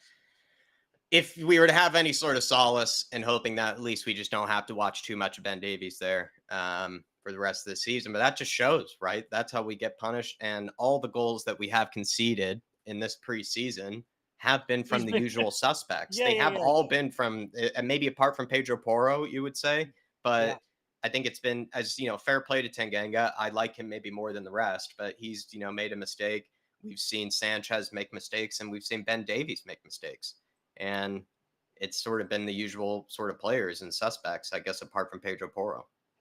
3 minutes of extra time added. We're already into the 46 minute right now. Son with the ball out to Udogi. I'm really loving the Son Udogi combination. Hell of a lot more than I'm liking the Emerson Kulisevsky Yeah, combination. the right side, I would say, has been nowhere near as creative. Okay, Sonny, Sonny, first nice time. decision. I like that.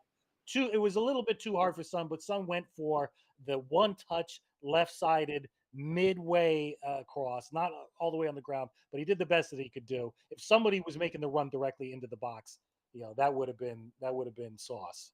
Get there, Mo. Thank you, sir. Well Yeah, done, Mo. Emo doing his job back there. Little Hausery as well. Love to see it.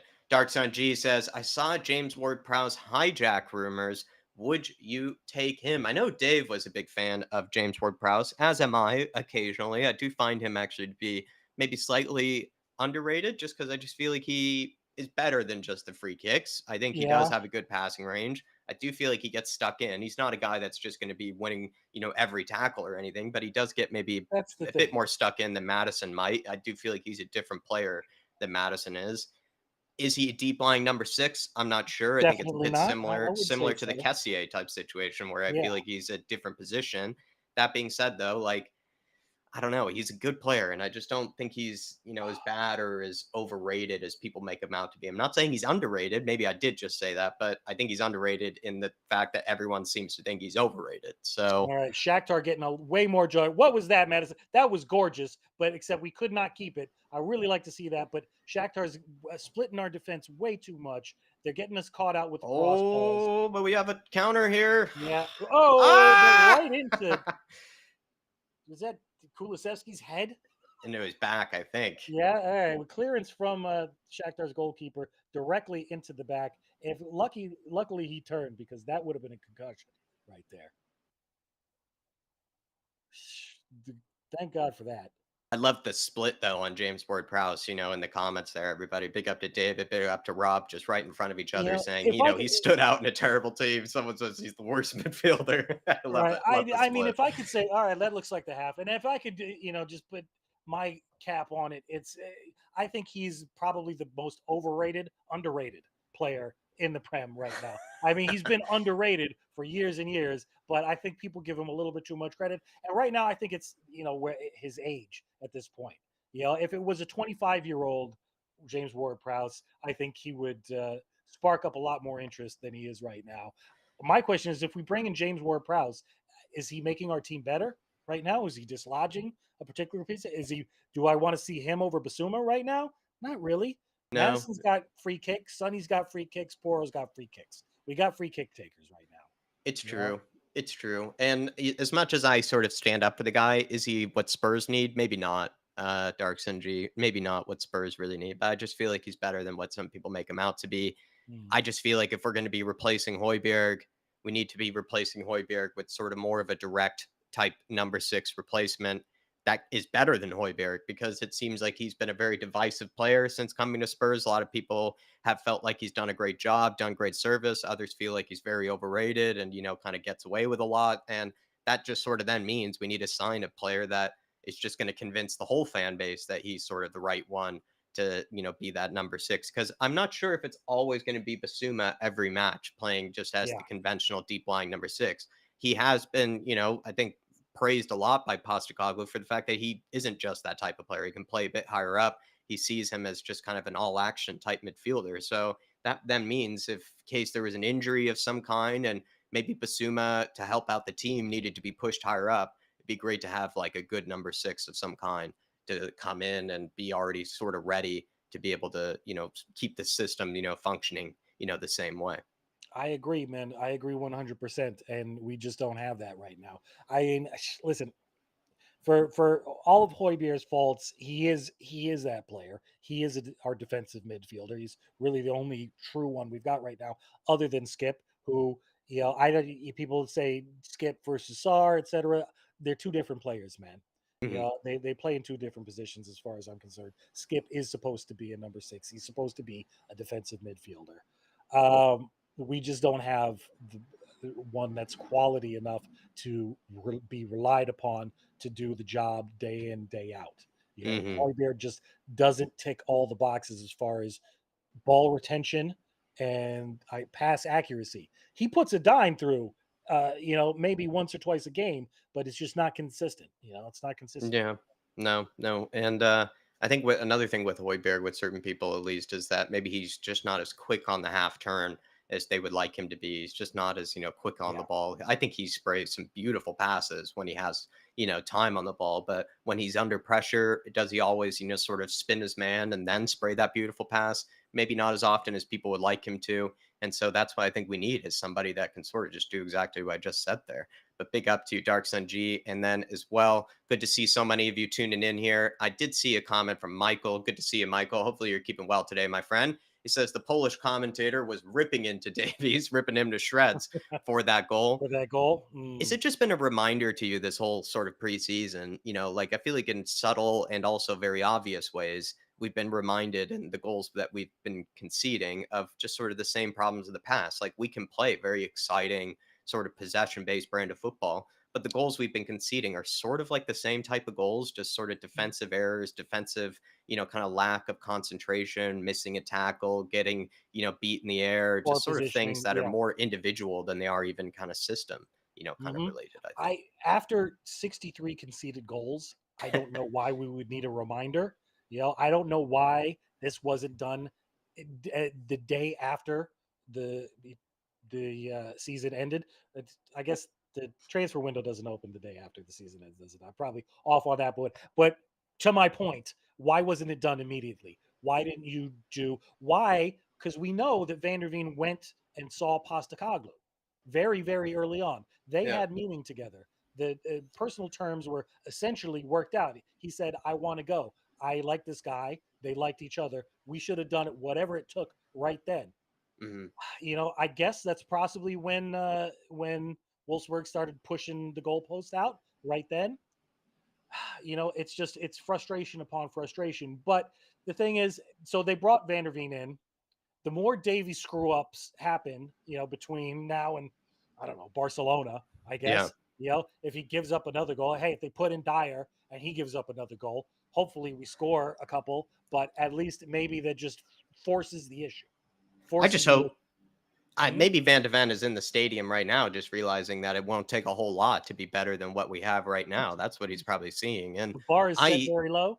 the That's bar never was a set good very thing. low, and we were waiting forever for this transfer to happen anyways. I reached a stage where it was basically anything that moved with two arms and two legs, I was going to be pretty satisfied with. And I think this is sort of showing again. And I know Ben Davies has had an all right game, but there are a few things that I would point out that Van de Ven, I think, straight away would do differently and do better.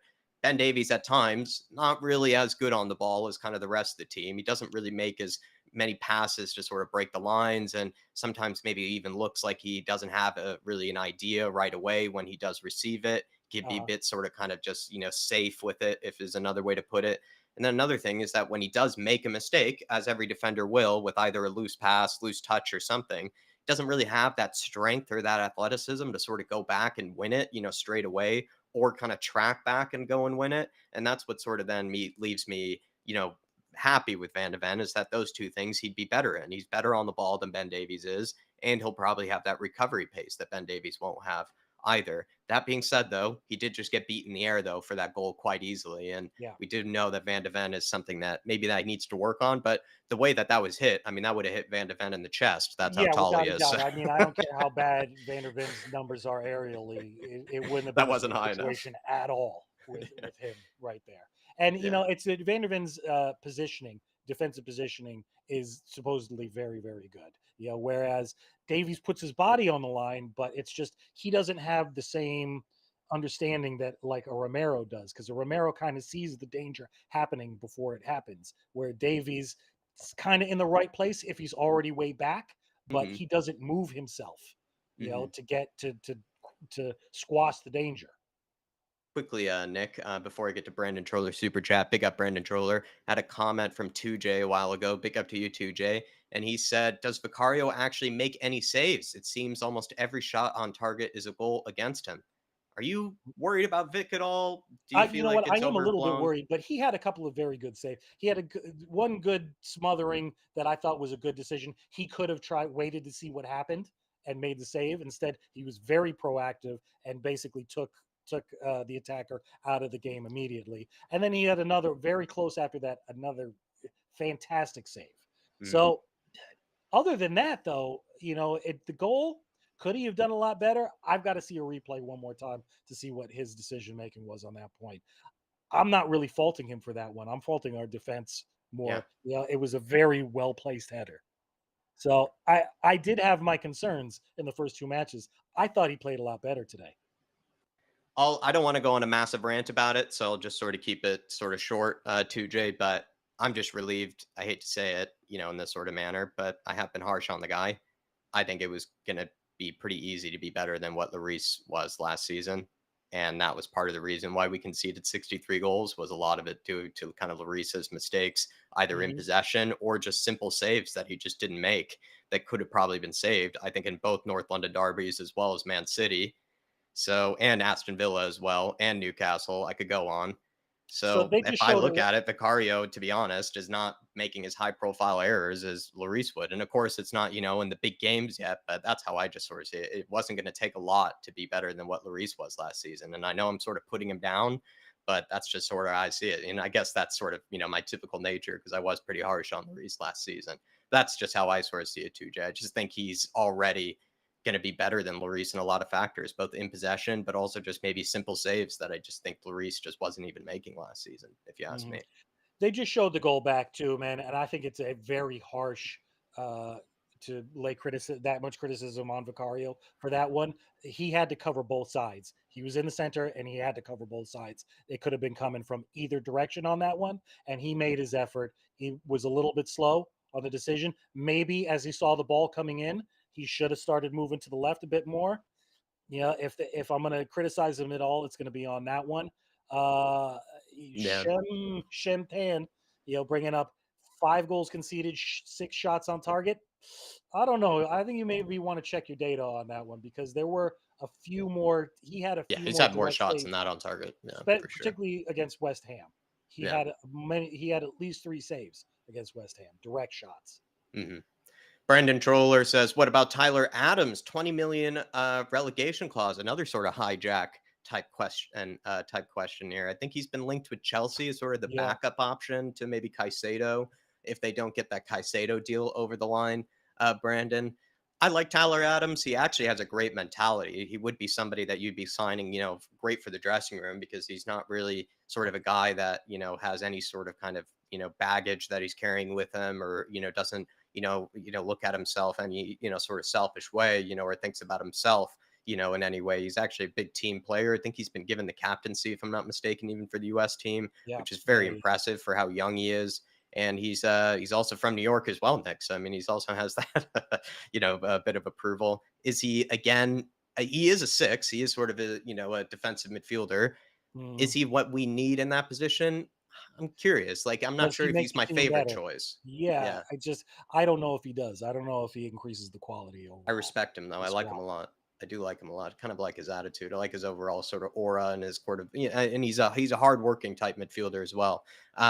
By the way, Steve D, I know you said hello earlier in the comments. I'm sorry that I missed you, my friend. Big up to Steve D. Hopefully you're keeping well, my friend. Ian Ferguson's in the house as well. Big up to you, Ian Ferguson. Hopefully you're keeping well this weekend. And on this Sunday, we have Paul Markey saying we need a center defensive mid, not a passenger like Yeah, James Ward-Prowse, passenger absolutely. midfielder.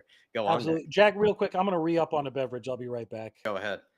For me, he's not a passenger midfielder. I think that's a little harsh there, Paul. But like I said, I think similar argument, if I were to be fair, right? If I were to be balanced, similar argument to what I made about Kessier was like, is he really the direct sort of position replacement that we need?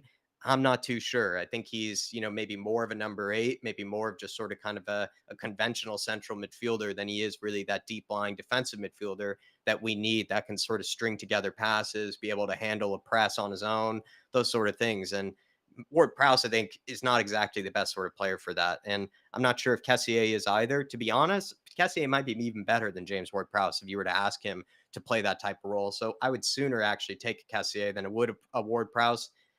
I think Cassier, though, if that's deal hasn't already happened, I'm pretty sure it has. So I guess it's something we missed out on, and we were linked with him quite a lot, and I think that's just because he never really clicked on with Barcelona, and so it was always sort of a move that seemed to be on the cards for Spurs, but it feels like they just kind of never really went after it as maybe much as they probably could have, or they just maybe weren't as interested as they needed to be to do it. But big up to you. Paul Markey, big up, my friend. East Coast bias from Jacko, absolutely right. AK Shags, absolutely right. Big up, Peter M. Hopefully, you're keeping well in the chat, my friend. I say much more entertaining to watch. I will say, like, the things that we're kind of getting used to right now is sort of the fact that Spurs just attack in such a different way. Peter, like we used to, sort of wait for those counter-attacking moments where we would sort of sit in and wait for, a team to make a mistake, wait for a team to sort of maybe kind of open themselves up to maybe some lanes that we could take advantage of with kind of Sonny's runs in behind or sort of kind of Kulisevsky and Kane dropping deep to find others. We used to just sort of kind of always rely on big counter-attacking moments. And now we're sort of getting used to kind of breaking teams down in that sort of manner where we have to be a bit more methodical, kind of a bit slower with it, where we have to kind of recycle possession. I think it's often kind of crazy to see us sort of kind of, look away, have, a conversation about the game, look back and Spurs are kind of still in possession. Very different to when that was, with Conte and Jose, where Conte and Jose was just very direct. Don't waste any sort of time. Don't waste any sort of kind of minutes or anything. Just go about it, kind of more in a more counter-attacking manner. Whereas Spurs, I mean, it's the fact that we just have the ball so half the pitch, the fact that we're in possession so much sort of means we're not going to get those sort of counter-attacking goals. I feel like it's just something that we're just sort of rewiring ourselves out of. And I know a lot of people are quite sort of relieved to be, in this sort of kind of attacking style, as am I. But I also, in a way, it's been hard for me to, kind of get used to creating all these chances and not taking advantage of them. Because I think I've even brought up the fact that we've maybe not been as clinical as I would like us to be in preseason, but I think that's also due to maybe because we created so many chances, more chances than we usually do under Conte or under Jose. So it could be also part of that. That when we were playing with Conte and Jose, some of the chances we would create more of those kind of counter-attacking, clear-cut chances that are. I don't know if they're easier to finish, but they kind of you expect us to finish them because we have all that momentum kind of in the attack. Whereas some of these kind of seem to be more kind of breaking a team down, type of goals. And at least for me personally, I'm sort of kind of rewiring myself a bit out of it. But that's how I sort of see it, Peter M. Good to see you in the chat, though, my friend. Um, King Hoddle saying, I learned I heard how brilliant McKennie supposedly was, and he was woeful at Leeds. I would say Weston McKennie for a long time has. I don't know if I really did slag him off or anything. I think at times I probably said, yeah, I'd take him, at Spurs. But I wasn't really over the moon about getting him over at Spurs just because I didn't really see him again as sort of the midfielder we needed. I think when we didn't have Madison, I was more keen on a Madison type player than it was a McKennie. And the way he didn't really kick on at Leeds, the way he's being kind of shown the door at Juventus right now as well. He's having a bit of a fall off, I must say, Mr. Weston McKennie there, King Hoddle. Definitely the case. Big up to you, John, and big up Tequila. He says, have you been happy clapping yet? I have been happy clapping. I have not, needed to my name might still be the same for center backs until I happy clap. I guess I need to change that because Van de Ven will be through the door sometime soon, and he might be playing against Barcelona, and then I will have to change my name. Nick, don't you agree? I mean, will I have to start happy clapping a bit more now? Stop moaning. You know what, man? I don't think we've got the season hasn't started where we just conceded again. Happy clapping would not be appropriate right now. You want to happy clap at the fact that we've got a defender in. Okay, okay, but we have to win some actual Premier League matches before the moniker gets a little bit of a change because I still feel desperate myself. You know, Mm, I'm not changing anything or my attitude until this Kane thing gets solved. yeah, Uh, yeah. but we got a ways to go. We got a ways to go right now, man. Things look good, but they're not quite there yet. And as well, Tequila saying Vicario better hope he hasn't got Yeah, a high clean sheet bonus this year. He ain't getting paid. Yeah, I can see yeah, why people are a bit worried about Vicario, but I just me personally, like again, I just think he's going to be better than Lloris, and he's going to not make as many high profile errors as Lloris did. And also, too, you think about it, I hate to keep kind of bringing him down here, but he was sort of in a protected type role last season. He wasn't asked to sort of step out and win the ball outside of his box. He was rarely asked to be a sweeper keeper last season. He was sort of just asked to sort of kind of sit behind a lot of defenders and just make the saves that came his way and make the occasional pass when we were sort of pressed high up the pitch, but he wasn't asked to really make that many groundbreaking passes out of possession. He was just sort of asked to make pretty basic ones, and he just couldn't really do it. And I think Vicario will be able to do most of that, and there might be some errors here and there. And also maybe another thing to mention too is that there's so many great keepers that I could say that maybe didn't have the best sort of first season when they came into a club. yeah. Even David De Oh yeah. Gea, right, is a famous one where a lot of Mhm. Man United fans questioned whether that was the right move, and then he went on to be the king of clean sheets and the king of keeping them in games for Man United, and even other players that I've seen in the past, for various clubs, sort of brought in a keeper. Kind of has a sketchy first season, and then ends up all the following season or maybe the season after that really end up being, the real keeper. And Vicario, I do feel like is nervous. He's only kind of blown up in the last year or two. We've had a few players like that that have kind of only really been sort of on the scene for the last year or two. So he's just a Yeah. guy that I think is getting used to being in a big club, getting used to a big atmosphere, and at the end of the day, I just think he'll be better than Lloris, and that will save us 7, 8 goals that should not have been conceded last season, in my opinion. Yeah, without a doubt. Looking at the boys lining up in the tunnel, it looks like no subs yet. Looks like we might see what Andrew's talking about for the Leicester match that was getting canceled, where he's given players 60 minutes before he starts making subs, which makes sense, man. Especially if what we're looking at is somewhere near his preferred starting 11. I think Mm-hmm. the only difference is probably a Poro as opposed to an Emerson right Mm-hmm. now, and the Van de Ven question mark. But they're running out on the pitch right now. I wholeheartedly expect subs and a lot of subs, within about 10 minutes, 15 minutes. Uh, I'm interested to see if Harry Kane is given more than 60 minutes here Mm-hmm. because I think the fact that he is starting in the second half is a great sign. I hope to, I bet the Spurs fans are still giving him a wonderful reception here. He's wearing the assassin black boots, which is good to see. And we have already kicked off here. Sorry about that, everybody.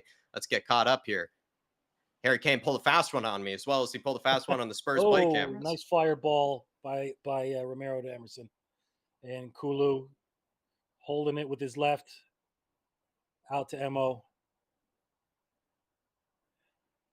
Davies got it. Got it. What's he going to do? He's going to go to Sonny, of course. Here we They're are. giving Sonny lots and lots of space out on that left side They're just all asking game. him to whip it in with that left, Yeah. but it's just, we're Yeah. being methodical. You know, if Davies wasn't taking so much time on the ball and he fired it in correctly, it would give Sonny all the time in the world just to run straight at the goalkeeper. Yeah, Paul there you Mark. go. Good decision. Good decision. Emo with the one touch pass under pressure to Sar. Sar gets it out wide, but sends it back into Emo. Emo out sees Kulu. These are patterns that they've obviously been working on. Kulu says he's trying to take on his man, but trips over him, and that's a foul on him. Is it? Yes, it is. David Clark saying sea lions are the only ones who happy clap. Yeah, I guess that would probably be my spirit animal then. David Clark is probably a sea lion. Yeah, I'm pretty much just, rinse and repeat the same sort of, the same sort of happiness. Oh, it's Sonny here. Sonny. Mistake from Shakhtar. There you go. Let's move it quickly here. Højbjerg. Back heel from Kulu, almost pulled off. Yeah. Well done, Mo. Well done.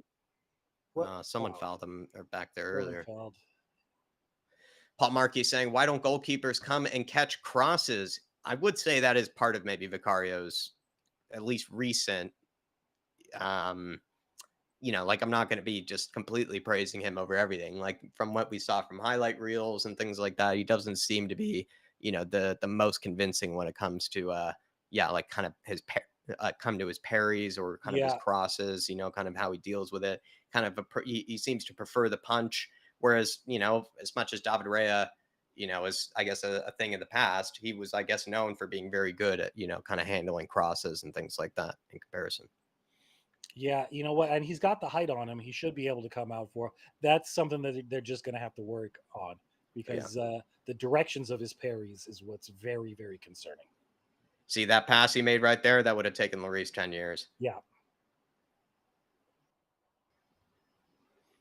Madison out to Son. And the deflection off of the Shakhtar player from Udogie trying to chase it down. Udogie gets the throw in. Out to Højbjerg. A loose pass from Højbjerg, poked away by Emo, though. Recycling possession here. Ben Davies. Romero. Højbjerg being given more than 45 minutes as well. Mm-hmm. Which is very interesting. Romero telling people where to go. Oh, Kulu. Absolutely lovely. Uh-huh. Oh, and a Harry. Harry first time to Emo. Oh, top of the box. Oh, you should have let it go for Sonny. Sonny. You didn't see him behind you, but you should have let that go for Sonny Madison. Oh, nice. Our passing Sonny. decisions are not as accurate in this box as they should be, but we're all inside that box. Madison's got to go back. He's got to send it back to Højbjerg, who's almost central. Out left to Udogie. Madison playing very wide right now. Pierre, lovely. Emo, lovely. Into Kane. Out wide to Kulu. First time cross. Doesn't find anybody. Højbjerg wins it back again. Emo and Højbjerg just getting stuck in all over. Mm-hmm. Emerson's getting stuck in playing as a defensive midfielder. Basically. Harry. First time. Into Pape. Little hold up. I think Matters out wide. Is it a cross to Harry Kane? It's a second for the Kane does. The Kane grabs the brace. Harry Kane knows how to do. Matters with the cross as well. Harry Kane to Madison. That's what we want to be seeing all season long. Absolutely, man. Absolutely. And clearly something was going on there with instructions on positioning because definitely Madison went from central. They shifted positions with the fullbacks where Madison was allowed to go out wide. And you know what? Put in the crosses. This is what we want to see. Big H rising up like a phoenix. The new hairline and everything. The new kit. Far post as well. Beautiful header across the keeper. Madison, Harry Kane. That's the combination you want to be seeing for the rest of the season. It's the combination you want to be seeing for England, I imagine, as well. Man, any team, any England fans out there. 100%. And I'd love to see who was that running with him. Sar was up there with him running a little bit of blocking defense. Sar too, though, I think has been maybe one of the higher midfielders, throughout this game. I would say he hasn't been playing as much of a deeper sort of position. He's been playing very high up the pitch. which is where I think he's most effective, man. All right, Shakhtar with the ball here. We were giving them too much space. This is where they've caught us out on the crossfield balls. We get caught sleeping. We got to get back in it. Adogi's got to wake up, get on They're his swinging man. it back and forth here on Yeah. us. Now get the press on. Get Davies, stuck make a into him, Davies. tackle. Oh, No, Barremo's not good at all. Not head. good at all. We caught sleeping. Very lucky right there. Vicario was the only one who was switched on right there, and we left him high and dry. If that should have been a goal. It was offside. But it was a good run, and it was a good run, and we did not see him. It's a nice pass as well. Oof. That could have been very. That is the kind of thing that we will get hurt. Yeah, you will get punished. Højbjerg turning back to Vic. Vic going for the Brighton approach. Lovely. Lovely. Lovely. Very little well Ange ball. Little Ange oh, ball. Oh, beautiful ball to Son. Waited. You Fine, Sonny. Kind of oh! Everybody loves to leave it. Yeah. Oh, nice foul. Good foul by Papa there. Kick. Yeah. I mean, you know, who made the mistake there? Udogie, I guess he didn't need to leave it. I don't know if Sonny wanted him to leave it. I think it was Sonny who played that pass back inside. I'm not sure if he wanted him to leave that. Big up to Brandon Troller, who said Winks played well today. Leeds getting thrashed. I think actually people are, as much as we were absolutely part of the maybe anti-Harry Winks train. The fact that people are still sort of clipping his mistakes, I think afterwards, I do think is a little far. I do think that's a little harsh. He's someone else's problem now. He's someone else's problem. I don't need to think about Harry Winks much longer. But Brandon, I would say my opinion to Leicester fans is best of luck to them for 10 million. I mean, that is, I never thought he would ever go for that much. And if he ends up repaying them, fair play. He would prove me wrong, but I see that as just a massive overpayment, for especially losing Maddison and then paying us 10 million for Winks. Insane. But, that's just my opinion. And, I'm glad that we're gone with Winks, though. At the end of the day, he's someone else's problem now. That's how I see it. No need to clip him or anything like that, at least in my books. Dark Sun G says, that's why we needed Maddison. He is what we've been missing. This is what I brought up earlier, Nick, with the fact that Weston McKennie was a player that we were linked with a lot under Antonio Conte. But it was sort of like, no, what we need is a guy that can actually play that pass that, most of the team, can't. A guy that can see the run that most of the team can't. A guy that has the free kick, the cross, just is the creative midfielder that we've been missing for years and years. And I don't know. Maddison he's shown that right there with that cross to Kane. I'm not a huge fan of the whole line of thought of we would never replace this player, would never replace that player. You're never really going to replace any excellent player. We never replaced Eriksen, obviously, but this is very close. And Maddison's got some techers on him that Eriksen never had. But the ability from midfield to play the dime, to play the pinpoint cross, to come in from the corners with excellent balls. That's what this guy's got, man. Mm-hmm. And we definitely, without a doubt, have been missing that. That build-up from out of the back, though, from the goalkeeper all the way from Ange and Emerson, or I think it was Emerson and Højbjerg, and then that pass from Maddison. It was just beautiful Ange ball right there. Gorgeous Ange ball. Sonny. Kulu. Oh, Kulu. Oh, and Harry! There you go. It's the Harry! Mr. Harry Kane! What professionalism, man. Gorgeous hair. Just what Kane does, man. Give him a flat cap. He gets the Hattie. Big up to Harry Kane. And big all smiles of Bavaria from Big H. Simultaneously wet their drawers. You got to keep cheering for him, whether you wanted him to go or not. You're going to have to keep cheering for him. He's still banging in the goals. Oh, Harry Kane, he looks like it's just easy for him. He's also, I must be honest, he's buried most chances that he's had in front of him. Yeah, he said he asked for it, and he holds just a half second to dummy the goalkeeper. Gorgeous. He doesn't take a one touch. He sets himself. Gorgeous from Kulusevski there, too. Yeah, who's probably well who's warmed up a little bit. This is the decision-making that we saw when Kulusevski came into the team. More of that, please. Definitely. And everybody as well, if you do have that membership, feel free to use, I believe, some emojis. I'm not sure if we've uploaded the Harry Kane emoji, maybe because of his future with Bayern Munich, but feel free to throw in those emojis. I think we have some player emojis in there that you can use, but big up to Harry Kane. Great pass from Kulusevski. Unconventional bit of defending there from Davies. You love to see it. Nice little, oh, this is just gorgeous Ange ball right now. I must say, Emerson is just tidy in that midfield. He doesn't really make all the groundbreaking passes, but he just has those, first time passes just on a dime right now. Definitely does.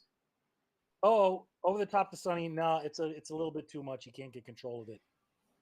But Now this yeah, game Harry has Kane with a opened hat wide trick. up.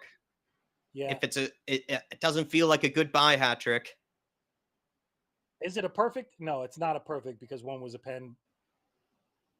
There he is. The big H symbols in there. Tequila. Thank you, sir. Thanks for leading the army.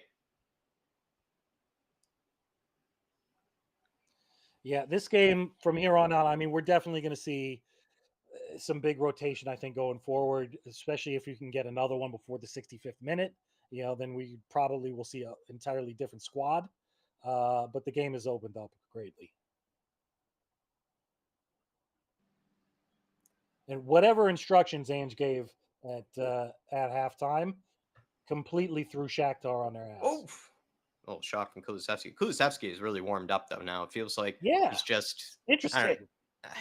It's kind of it's just come out of nowhere if you ask me, and I'm not sure what it is. Maybe it's been a change on Shakhtar's end, but he's just causing so much trouble now.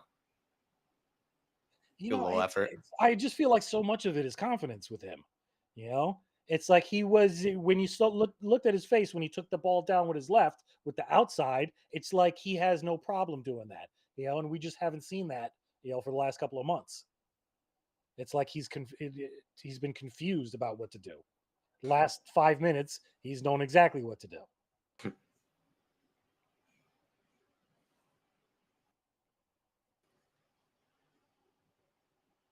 Shakhtar. You tell him, King Huddle. Move the goalpost even further. Say, you know what? Nah, I think he's worth another 20 mil. Spurs pressing really high here. Love This is what that. we love to see. And winning the ball back with the header in centrally to Papasar, who's controlling that midfield right now. He's making things take over. Højbjerg. Into Emo. Into Mo. Who all of a Romero. sudden is Lovely no pass longer a into fullback. Madison. With the Sonny, Sonny. but Oh, yeah, beautiful Sonny's hold making a up good move. play. Oh, it's a Oh, souvenir. yeah. Destiny. Who's the lucky fan? I think it was Mark or somebody in the chat, was there earlier. Maybe that hit Mark in the stands. Oh, phew. Actually, great hold up play from Madison and Sonny here. Yeah, and good moves about seeing who's around them. Sonny didn't try to hold on to it.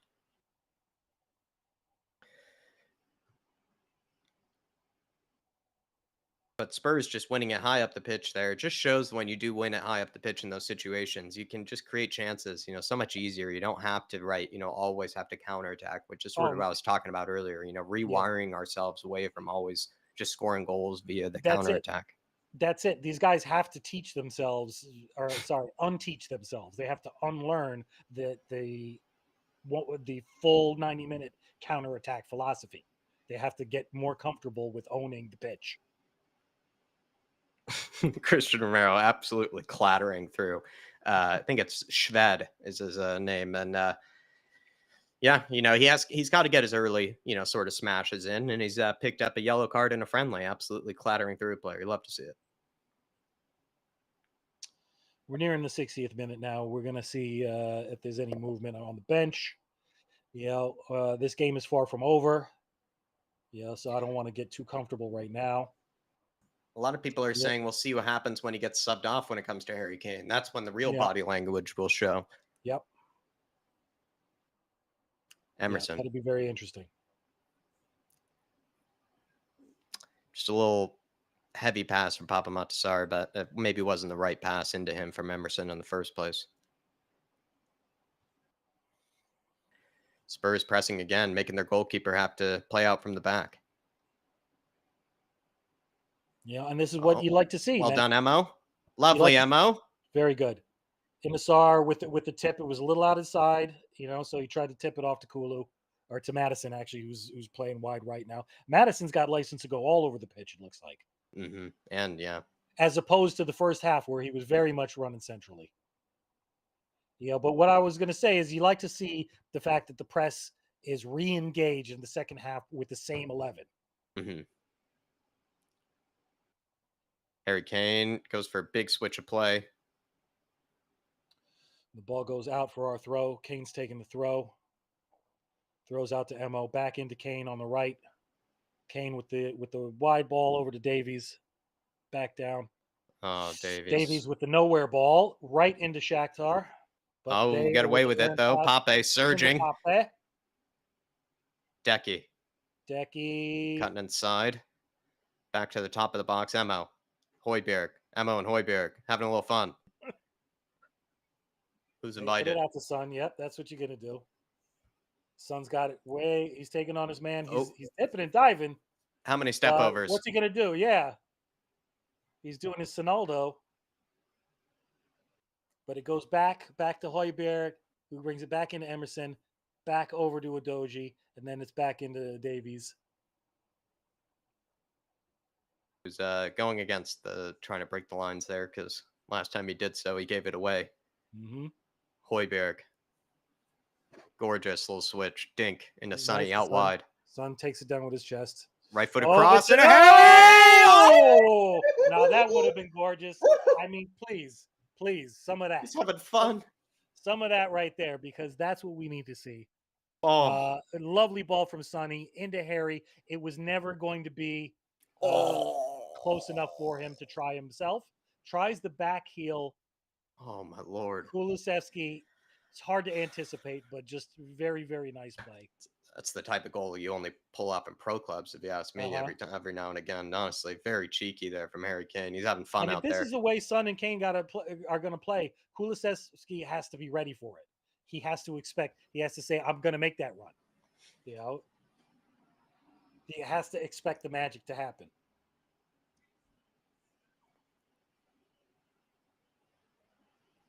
Over 300 in the house, everybody. 150 likes. Absolutely smashing it thus far. But if you haven't already, please smash the like button and keep getting your comments in.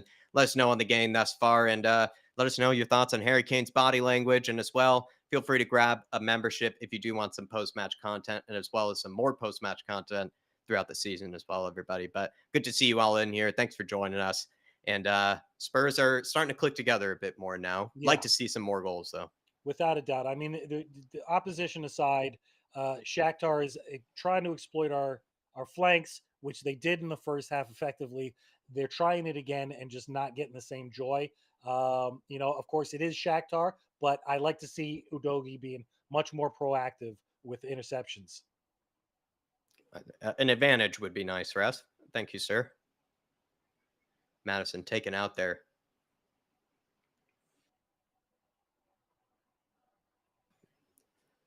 Looks like he got clipped to at least somewhere in the leg. He's absolutely fine. Kulusevski on the right here. Romero has had some of the best passes today, I would say, out of the back. There you go. Needed a little more juice on it. Romero, everybody, some of his most underrated attributes is just his passing. He's been brilliant today. Oh, his ability to find Son across field is extremely dangerous. Sonny's had the most space today, more space than Kulusevski, and has probably done better, I would say, with the space for the most part than Kulusevski has. Which is great because, it's almost like Ange asked them to give him the space so he can get his confidence back, holding the ball and taking on his man, because that's what he needs. Sonny here again.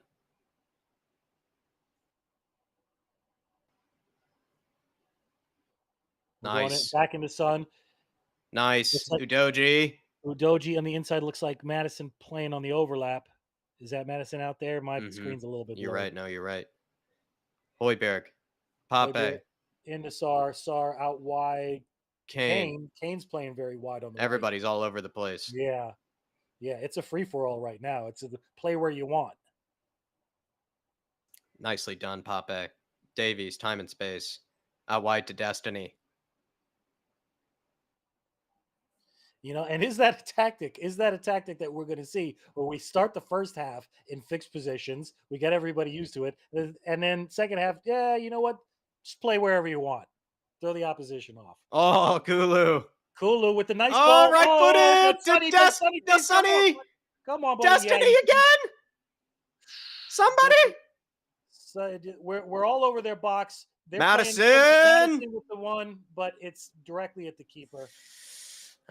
We just love Chances were these there. fake shots and these dummies, and we just love to try to make it a bit extra perfect. And I think we're sometimes, making it harder on ourselves by actually going for that extra sort of pass or that extra sort of touch. And I understand it. When you create these chances, you want to, make it even easier Well, on yourself. But it feels like sometimes we're just going for that extra touch, that extra pass. It might be a it's bit like unnecessary. maybe it's an instruction to go for the pass just to get used to it, to see where your teammates are, but you would rather see a half turn, and then turn your body and face the goal and give it a chance. Echo saying, loving the inverted fullbacks with Emo and Udoji. What I would say is Emo is absolutely playing the inverted fullback role, Yeah. like even more than Udoji is. Udoji is probably being trusted more to have that threat outside than Emerson does. I think we probably know that Udoji is going to be a better threat, going forward sometimes than Emerson is. And I think they still are sort of playing that, kind of tucked in role, but Emerson is practically playing defensive midfield in a lot of moments. It's Without 100%. Yeah. Yeah.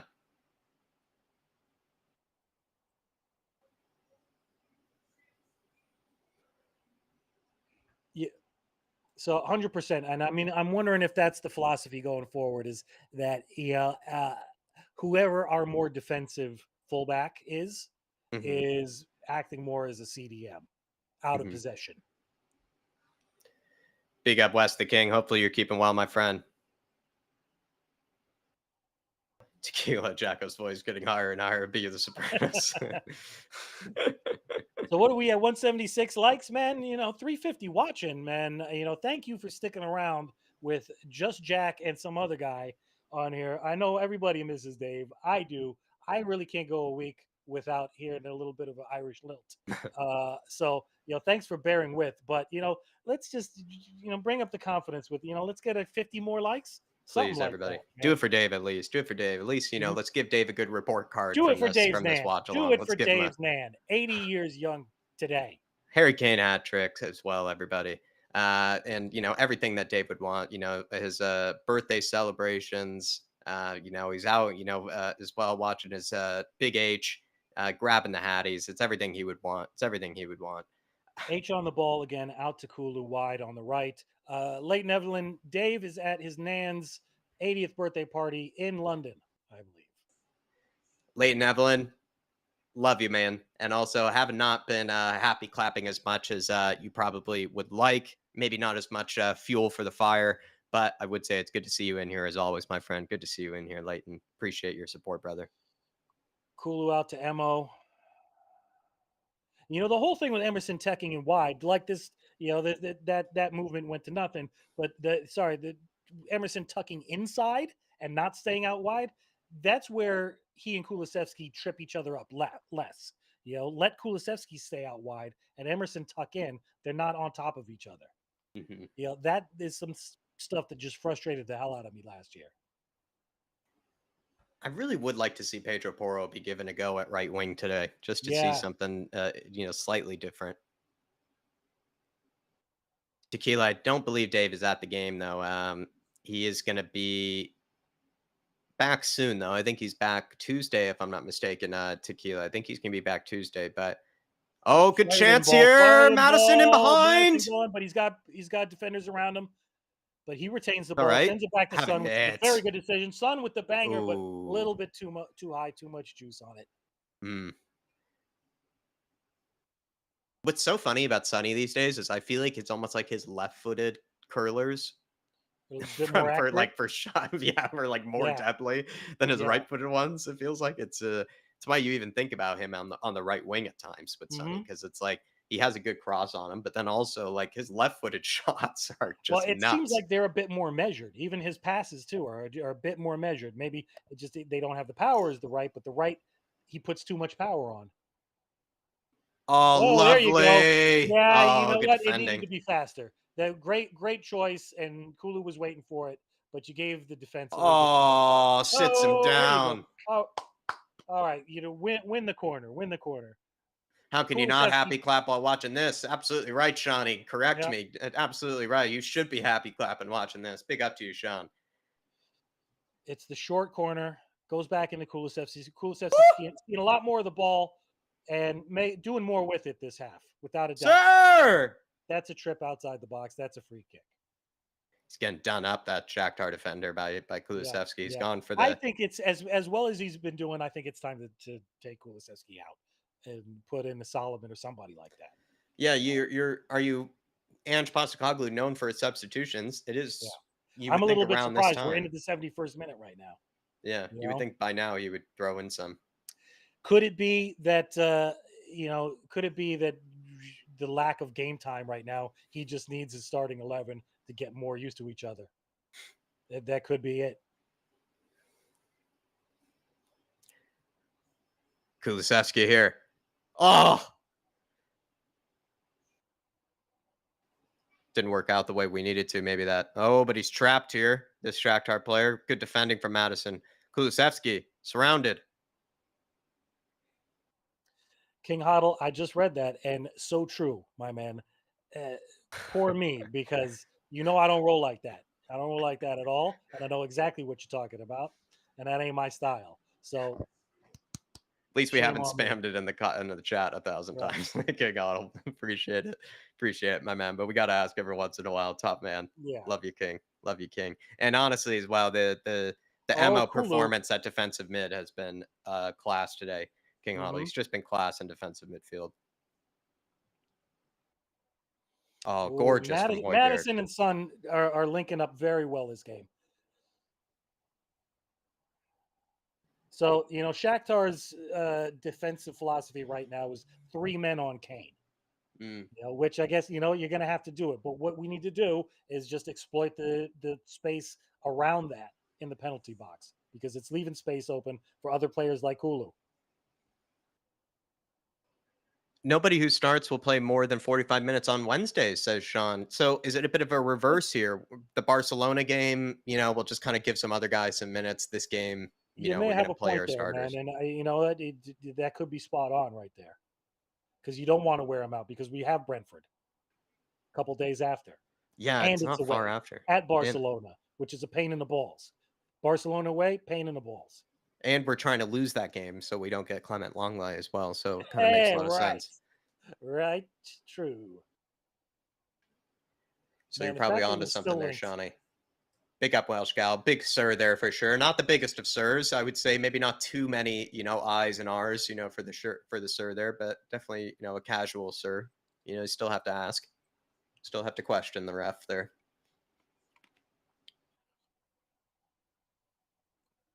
Whoa, big fireball.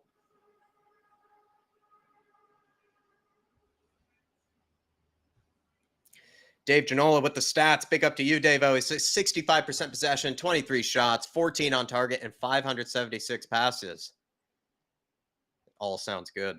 Sounds Yeah. big numbers. If only we can maintain those kind of numbers throughout the season, we'll be looking good.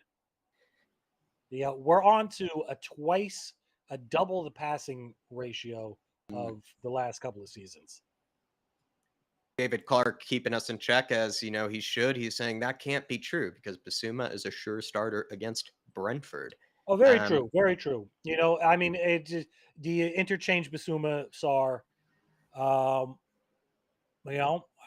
got to go deep into the mind of Ange. How does he see it? Does he see Basuma as already ready to go right now, and he's not too worried about him getting his tactics down? That's what we've heard and what we've seen from the behind the scenes stuff. You got to get into the mind of Postecoglou to figure that one out. Tyler would like to see Lo Celso and Solomon. Yeah, me too.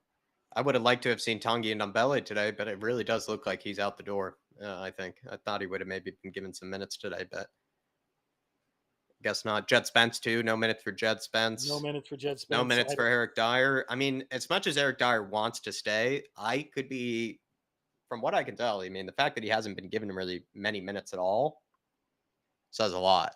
Um, Yeah, very like true. he Very wants true. to stay, but does Ange even want him to stay? Doesn't seem to Speaking be of the Eric case. Dyer, I'll be right back. Harry Kane here sprays it out to Vic. He's got to come out of his goal. He's gone for a conventional sort of clearance. Kulusevski thrown to the ground there, sir. Madison, lovely. Ben Davies here. Oh, Sonny, time and space on the left, sizing up his man. Few little ball rolls. Matters. Wins the free kick. Thank you, sir. Few sirs this last few minutes. Few sirs.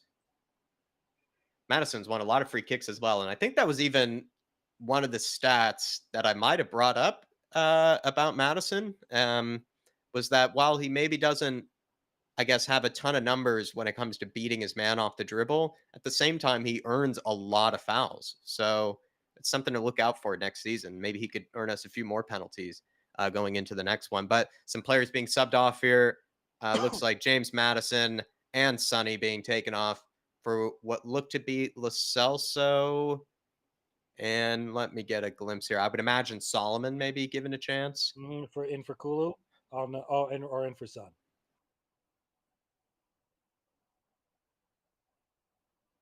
There it is. Solomon and Lo Celso coming on. And you can get an idea as to what the positions are as well, right? And maybe what the sort of competition is. It's Solomon and Sonny kind of Yeah, competing on, the left for, the winger positions. And then Lo Celso and Madison are sort of competing for that number 10. yep, yeah, without a doubt. Although I wouldn't be surprised if we see Solomon bounce either side in equal measure Mm. throughout, because it looks like he has a threat of getting a good cross in. I know, yeah, assists aren't his bag, but he needs to start making them his bag. Yeah, it's Um, true. But then yeah, again, like he's been very, I understand that like the stats didn't show that he had a lot of assists, but right. since he's been here, I thought he's been one of the more creative players, Yeah. in the preseason. Oh, ball over the top. They're on side. Oh, just a little bit too wide. That was not good. We're gonna get Vicario giving Emerson props there. What did Emerson make it difficult to get that shot off? Maybe, or He's got to I put the guess he afterburners tracked on, and he back. I did. guess Yeah, maybe yeah. Emerson, it looked like Emerson was not the one holding them on side. Uh huh. It looked like it was whoever was on the left there was holding that run on side, and maybe Emerson was tracking back to at least challenge it. But the fact that he's then that clean through is, again, it's It's scary to very think about. scary. Yeah.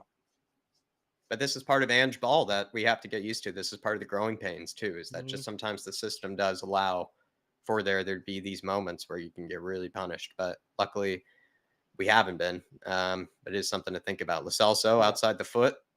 Gorgeous pass, though, into Solomon here on the left, sizing him up. Solomon has a shot already, and it's a There goal you for Harry go. Kane. It's the fourth. It's four.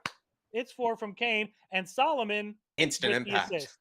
Yeah. Instant impact Immediate from impact. Solomon. And there Yeah. you are, too, that maybe Sonny just didn't get as many chances to do that, but it's just impressive to see Solomon be that efficient Mhm. already. He's already had, he's already taken on his man, had a shot on goal there. Was a pretty decent shot. Goalkeeper maybe could have done a bit better. But the fact that, no, it's a decent shot, actually, to be fair. And Mhm. Harry Kane, easy tapping. I mean, Solomon straight away, the contribution. Love that. Absolutely love that. Big H, 4 goals on the day, all for Harry Kane. It's all about Big H. He gets his own deadline day, and he gets all the goals against Shakhtar. Man, Can it's, we add it on is maybe gonna. another 10 million, after today's performance? 20 I mean, million? at least, man. Bayern bugger off indeed. That go. Yeah. I mean, it's gonna piss me off so much if we wake up on Monday and he's out the door. But you know, we all can't have our dreams come true. And Big H is being subbed off as well. Mm-hmm. Four It's goals just is enough, I guess. So nothing emotional is about it this Dane one. Scarlett? And it is Dane Scarlett, of course. Nothing emotional about it. He wiped the hairline once. He rushed off as well. I don't know. I don't think there's anything to read into that one. He's had a terrific day. He's also been really putting it out there, Harry. So I mean, if he was a guy that had his mindset on Bayern, I don't know why he would, try as hard as he had today. I know he was doing hold up play. He was moving all over the pitch, left and right. And you know what? I didn't take a look. I should have, but it, as you said, it didn't look like he was doing his farewell lap or trying to say goodbye to anybody. I don't know if that was pre-planned. Just don't do it. I don't know. I mean, it could be, it all could be the opposite, right? I think Yeah. 2J had that one sort of comment earlier that, was pretty fair, like you could all read it as the opposite of what we're saying. But being the happy clapper delusional man I am, I'm going to continue to read it that he is staying. Emo getting Oh, that's a absolutely stuck. yeah. Oh, and trying to be Oh, tricky. little A flick little though. too Yeah, tricky, man. You should have just kept going. So he's going to get Shakhtar stuck gets again though. gets He's possession hungry. back in our half, way down their left side. But they're getting forced back by the press. Very glad to see that we're still pressing in the 81st minute. And Scored. we get possession back out to Højbjerg. Højbjerg who fires into a very tucked in Udogi. Udogi going out to Solomon. Solomon back down to Ben Davies. We're trying to reset shape. I don't like it too much. It allows defense to get into shape. Attendance is 56,331. Not bad for a friendly. And the attendance in here is 366 in the house right now, everybody. Good to see you all in here. Keep getting in your comments. And as well, no need, in my opinion, to say your goodbyes to Harry Kane. Let us know, though, your thoughts on the situation, though. Is Harry Kane staying? Is he going? Was that a goodbye? Was that a farewell? If it was one, I feel like we deserved a bigger one. So that's why I don't think he is saying goodbye. Mr. Monor Solomon, though, who's had an instant impact. Mm-hmm. Destiny. Matters. Mr. PH. Spurs just sort of recycling it now. We got the goal that I feel like we needed to make this a more convincing score line. But I don't know. I'm hungry. This is with the Ange ball. You just get to see so much of us, on the ball that you get hungry for more. You can't be satisfied. Absolutely, man. That's because it's a pleasure to watch, man. Except when the ball goes over the top. Everything other than that is nice to watch. Look, This is a scenario where I oof. remember a lot of these guys have not played together, and it's a completely new system. Things are going to get better.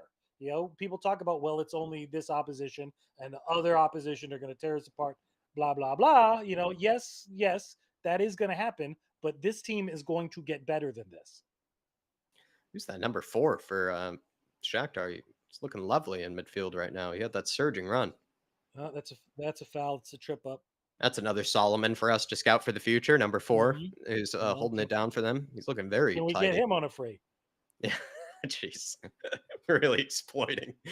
Oh, terrible pass! Oh, was that Udogi in there? I really wish you would have put a little more juice. Who is that? Oh, that's Scarlett. Sorry. Daniel Larson joining me in the Happy Clapping Club. Welcome to join me there, Daniel. Always plenty of room for the Happy Clappers. And then also, Daniel, I've be honest, you've had a rough ride, the last season or two, I think, with Spurs. You deserve to have some happy clapping. And if Ange Postecoglou can deliver that for you, I'm very happy about that. Good to see Dave. He's tuned in here. He's throwing in his comment. He's gotten the Harry Kane goals. And Dave, I mean, no emotional goodbye whatsoever. In fact, he sprinted off the pitch, fixed his hairline right before he went off the pitch, and then just sort of dapped up Ange and the rest of the players. Not a lot to read into from what I can tell. Yeah, and also, who said that Harry Kane is going to struggle to get goals or figure out how to play with Madison in this Postecoglou system? I think, when was Sailors? 10 days ago? Took him 10 days. 10 days and he figured it out. Man just knows how to score goals. That's all that needs to be said. Emerson is CDM running through the middle. Yeah, he's just ticking things over. It is it's another thing we have to get used to. It is like, oh, he had that pass in behind for Sonny there. Yeah, Sonny's kind of playing almost up top right now. Is that right? Yeah. Or is that Dane Scarlett who's come on? No, that's Scarlett. That's Scarlett in there. Scarlett, sorry. Yeah, Sonny's still out wide.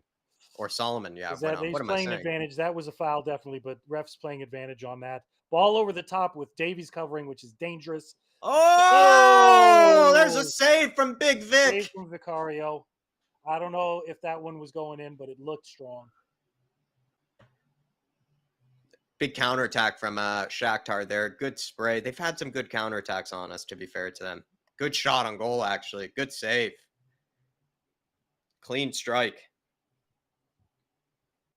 Good save from Vicario. Very reaction type save. Cleared Corner away coming from in, Davies. defended well, knocked out wide. Shakhtar's got it. We've got many men behind the ball right now. Going out wide again. We're leaving the left side just as much space as they're leaving to us. They're Oh, cutting that cutting number through our 4. defense. That Vicario number needs to make a 4. decision. He makes the right decision. He's a That little number bit shaky. 4, honestly, I'm scouting him Uh-huh. immediately. That guy has been tearing us apart. And he probably won a penalty there, I think. I think he did win a penalty. Look at this bit of skill. Mm-hmm. Woo! Woo! He probably did dive a little bit there. I think he is right, but I mean, still, he Yeah, and got... he also kind of ran into Romero. Dave's absolutely thrilled with these 4 goals. The big H. Mm-hmm. Skip coming on. He wasn't just satisfied with 3. Skip He coming needed on a for 4th. He Sar. needed dessert. Well, if there's any answer to my comment earlier, Ange obviously sees Skip and Sar as interchangeable. But he's also giving the nod to Papa Montessar maybe more than he has Skip. Yeah. Clearly. Yeah. Which we did also maybe anticipate that Skip is going to maybe find it a bit harder to break into this team than maybe Papa Montessar would. But Very long ball out to Son. Ooh, ooh, almost. Or to Solomon. Almost. Almost.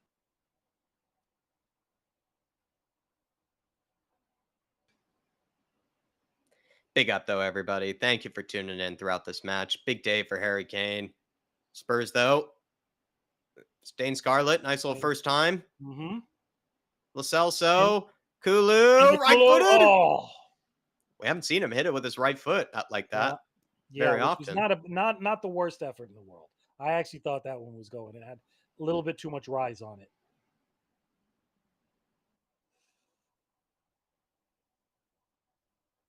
Kulusevski taking the corner, short out to Emerson. Emerson, who's still on the pitch, so Kulu we may not or Lo be seeing a Celso. Pedro Porro. Oh, his name's Castillo. Okay.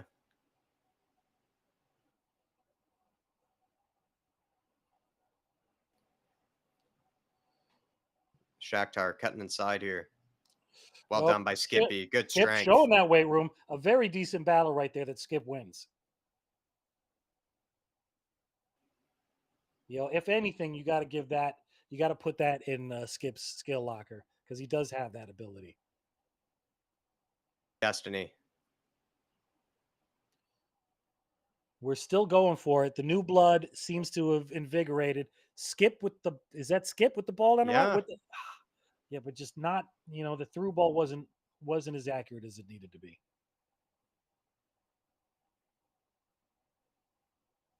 I think this is Davies here. Yeah.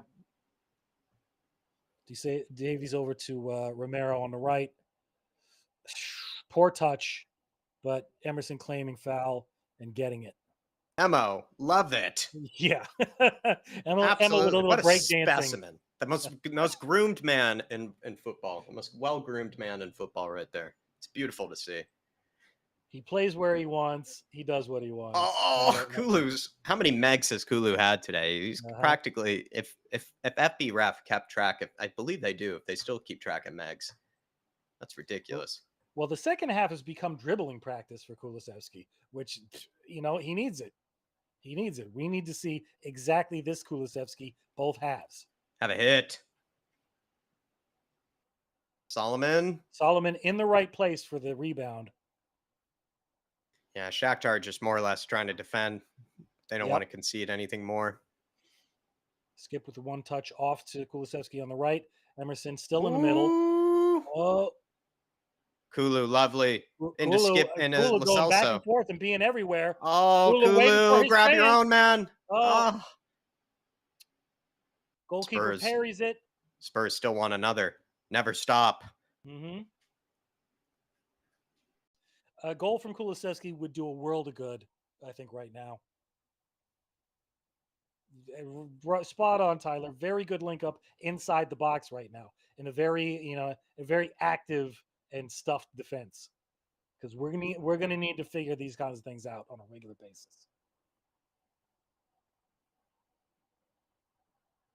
Sebas Wolf says Solomon reminds me of Aaron Lennon. Hmm. He has that low center of gravity like players like Aaron Lennon did. I actually have been very kind to him and have said that I think he sort of dribbles it a bit like an Eden Hazard sort of does, where it's just that sort of gliding at that really low center of gravity. And it's just tough. Like it's sort of hard to defend against players like that.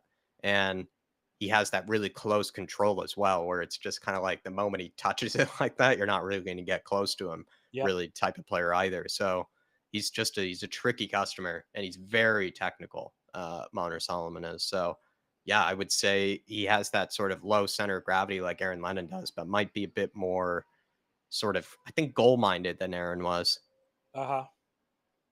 Lo Celso out wide to Kulu. Oh, what a pass from Oh, very, Kulusevski. very, very well done. He's really had a much better second half. In fact, has probably been Definitely. one of the players of the second half. Yeah, the Hazard comparison, I see it too. I mean, it's a stretch at this stage from what we've seen him, but I see it too. Coming in off the Just right, style of dribbling is cutting really what in. I'm referring to. Yeah. Yeah, yeah. The ability to hold on to the ball uh, and make space for himself. Kulu. God, he's had a lot of shots, but none of them have Yeah. really been hit with any oomph. Mo. Back to Mo. Mo forward to Recycling it. Kulu. How many dummies has he had today on top of the Megs? He's just leaving it for everybody, all these dummies.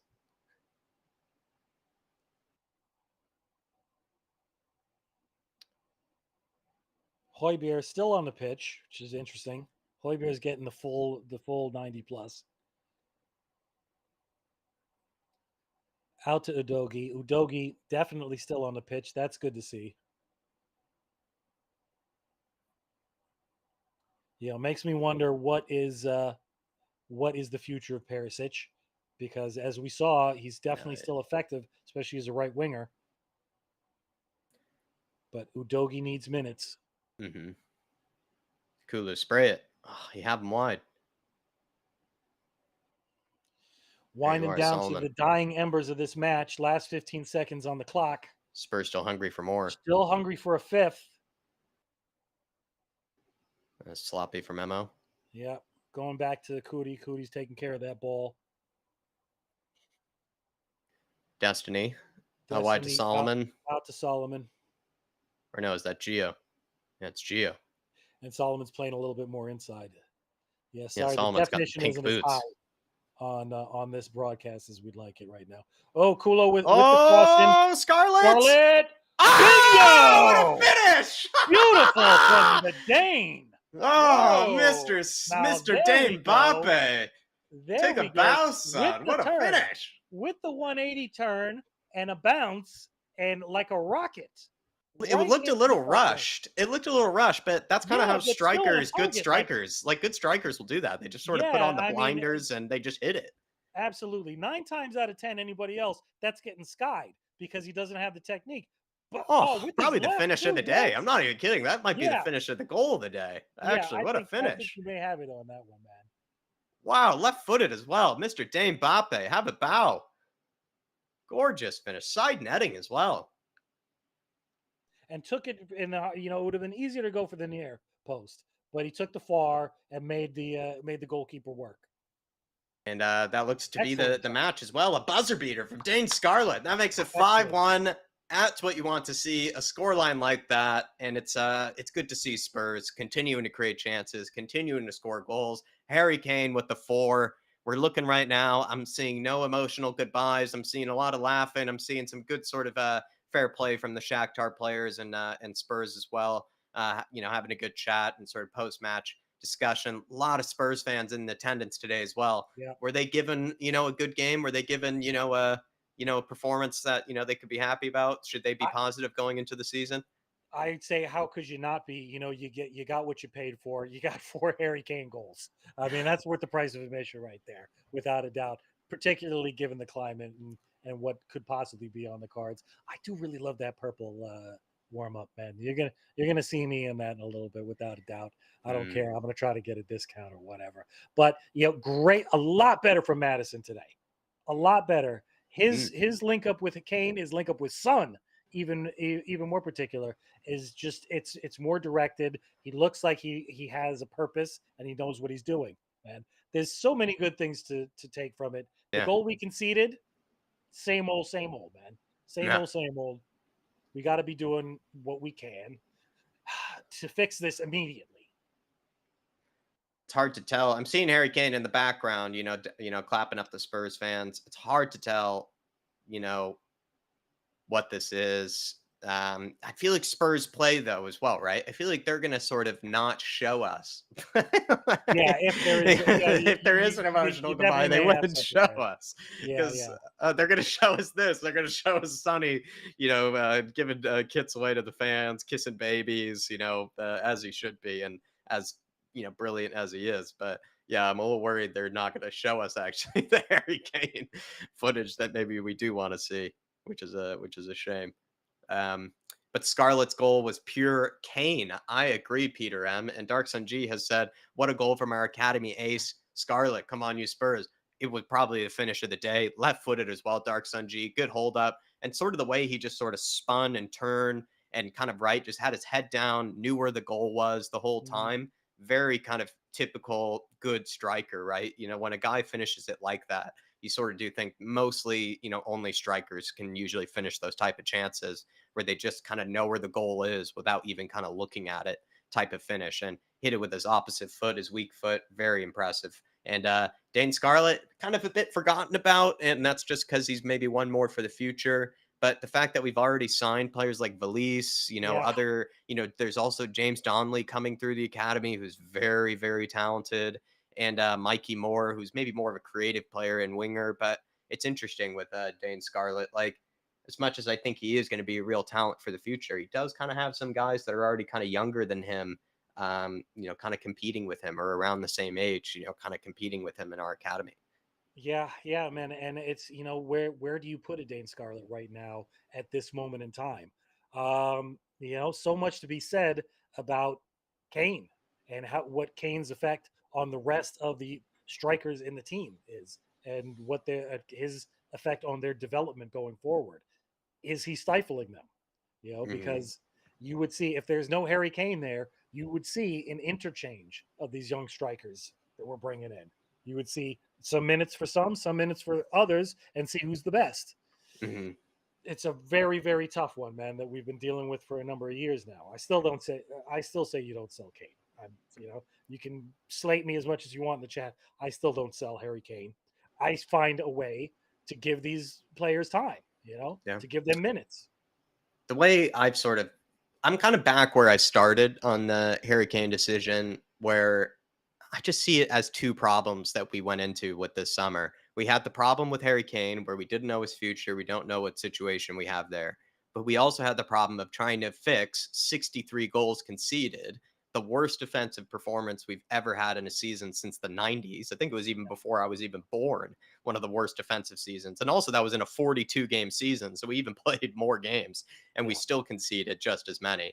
So to show that sort of Spurs had those two problems to deal with, I felt like it was probably going to be hard to deal with both. It was going to be hard to fix, selling Harry Kane, fixing the absence of Harry Kane, as well as trying to fix, the 63 goals conceded problem. I kind of sort of saw it as two problems that maybe you just sort of go at with separate windows. You maybe deal with the defenders, deal with the players that you need in midfield, the creativity problem, like with Madison and guys like that. Just all those other problems that we had were sort of separate from Harry Kane. They were sort of, maybe their own sort of thing. And I feel like Spurs are trying to deal with that right now as best they can this summer. I think they could be a bit quicker about it. yeah, But I don't know. Like, I just sort of see it that if we usually spend around 100 million most summers, let's spend 100 million on fixing the defense, fixing the creativity problem with Madison and players like that.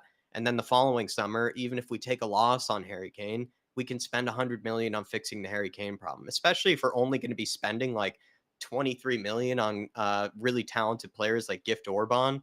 It's hmm sort of like, why do we need to do that now then? If we're not going to be spending like 80 million or something on like a Kolu Milani or something like that, might as well just wait till next season then if we're going to be getting guys like Gift Orban or sort of like talented under the radar type players then. It just seems like Yeah. maybe we should take our time and we should do our due diligence. And we already had so many problems going into the summer with that it felt like it was going to be hard to fix all those things all in one summer. I think you had to sort of break it down into probably two different windows. And I think Spurs might be going about it that way. It'll be interesting to see if they do so. But I'm sort of in the same position I was in the beginning of the summer, which is just break it down in two different ways. Just, deal with the one problem this summer, deal with the other problem the following summer. Is kind of how I see it personally. I mean, you're never going to fix everything that's wrong with the team in one transfer window. That's a cliche saying. Sorry for pissing anybody off with that, but it's true. We know what the glaring issues are. Why we keep going through this over and over again. It's the Spurs way. We have to get distracted by things that are not the core problem of what's wrong with the squad. You know, Yeah. things look brighter than they did 2 months ago, right now, without a doubt. The Mm, style of play is definitely more enjoyable to watch. The team itself, despite all the nonsense going on with the Kane transfer, because that would usually derail an entire squad morale, right off a cliff. But mhm. because you got the personality of a Postacoglu in there, it's holding things together and it's obviously creating something there. I feel a lot better than I did a couple of months ago. Well, Do you think this is what I wanted to, think about as well. Dark Sun G absolutely transitioning me very well here. He says Van de Ven must be licking his lips hmm. wanting to play. What do you think his sort of impression is of how we were playing, how we looked, and also let's be honest, some of the counterattacks that we were conceding and some of the moments that we gave Shakhtar. Do you think he feels like he would be able to do better than maybe what Davies did today? And what do you think Van de Ven was seeing from the stands? Well, I licking his lips is right down to it. The kid wants to play, and he Yeah. wants to play, and he wants to be the number one choice. I think under the radar, some people have brought it up, but I think under the radar, a lot of the sticking point and the stalemate with us trying to get both Tapsova and Van de Ven is Van de Ven's playing time. Maybe even Tapsova's playing time too, because Tapsova would be the first choice center back, and Van de Ven would have to be fit in between sometimes left back, sometimes left sided center back. I think he had a problem with that personally because he wants to be in there. He wants to be working with Postacoglu. They get along like a house on fire, apparently. He sees a place for him in this team. He definitely sees him dislodging Ben Davies, without a doubt. Mhm, He's got so much more in his locker without even stepping foot on the pitch yet than Ben mhm, Davies. mhm. I think he's going to be ready to go. I don't think he's going to be, I think he's going to be raring to go. Let me correct that. I still think, we're going to have to give him a little bit of patience, man. As David has said, there's going to be some mistakes in this guy. So, Yeah. give He him the could time. he might look nervous as well, but I just sort of think the what he's replacing, he's already automatically in some of his own strengths that he already has in his game. It's going to be so much better than what we have. What Ben Davies has been missing, and it's sad that Ben Davies is probably the best option we have right now, actually at left-sided center back. But what he's missing is being actually good enough on the ball to really be like everybody else and Yeah. be able to break the lines, make those passes from deep to sort of kind of bypass the midfield. Look at some of the passes that Romero made today to sort of kind of start moves. Ben Davies, I don't think made nearly as many as Romero did from deep. And then also Ben Davies, when he does make an errant pass or makes a hospital pass and has to make a, sort of defensive challenge to sort of clean up for it, he usually doesn't have that strength or sort of that height or that physical build or even that pace to sort of win it back either. And it Yeah. then sort of leaves us in dangerous moments where when Ben Davies eventually makes a mistake, he's not really going to be, the most likely to clean up for it. Whereas I think Van de Ven actually would. I think Van de Ven, he's so massive and strong and then also so fast that you would think he could either, someone try to hit it over the top, he could probably catch up with the guy and try to be able to at least slow it down, the counterattack.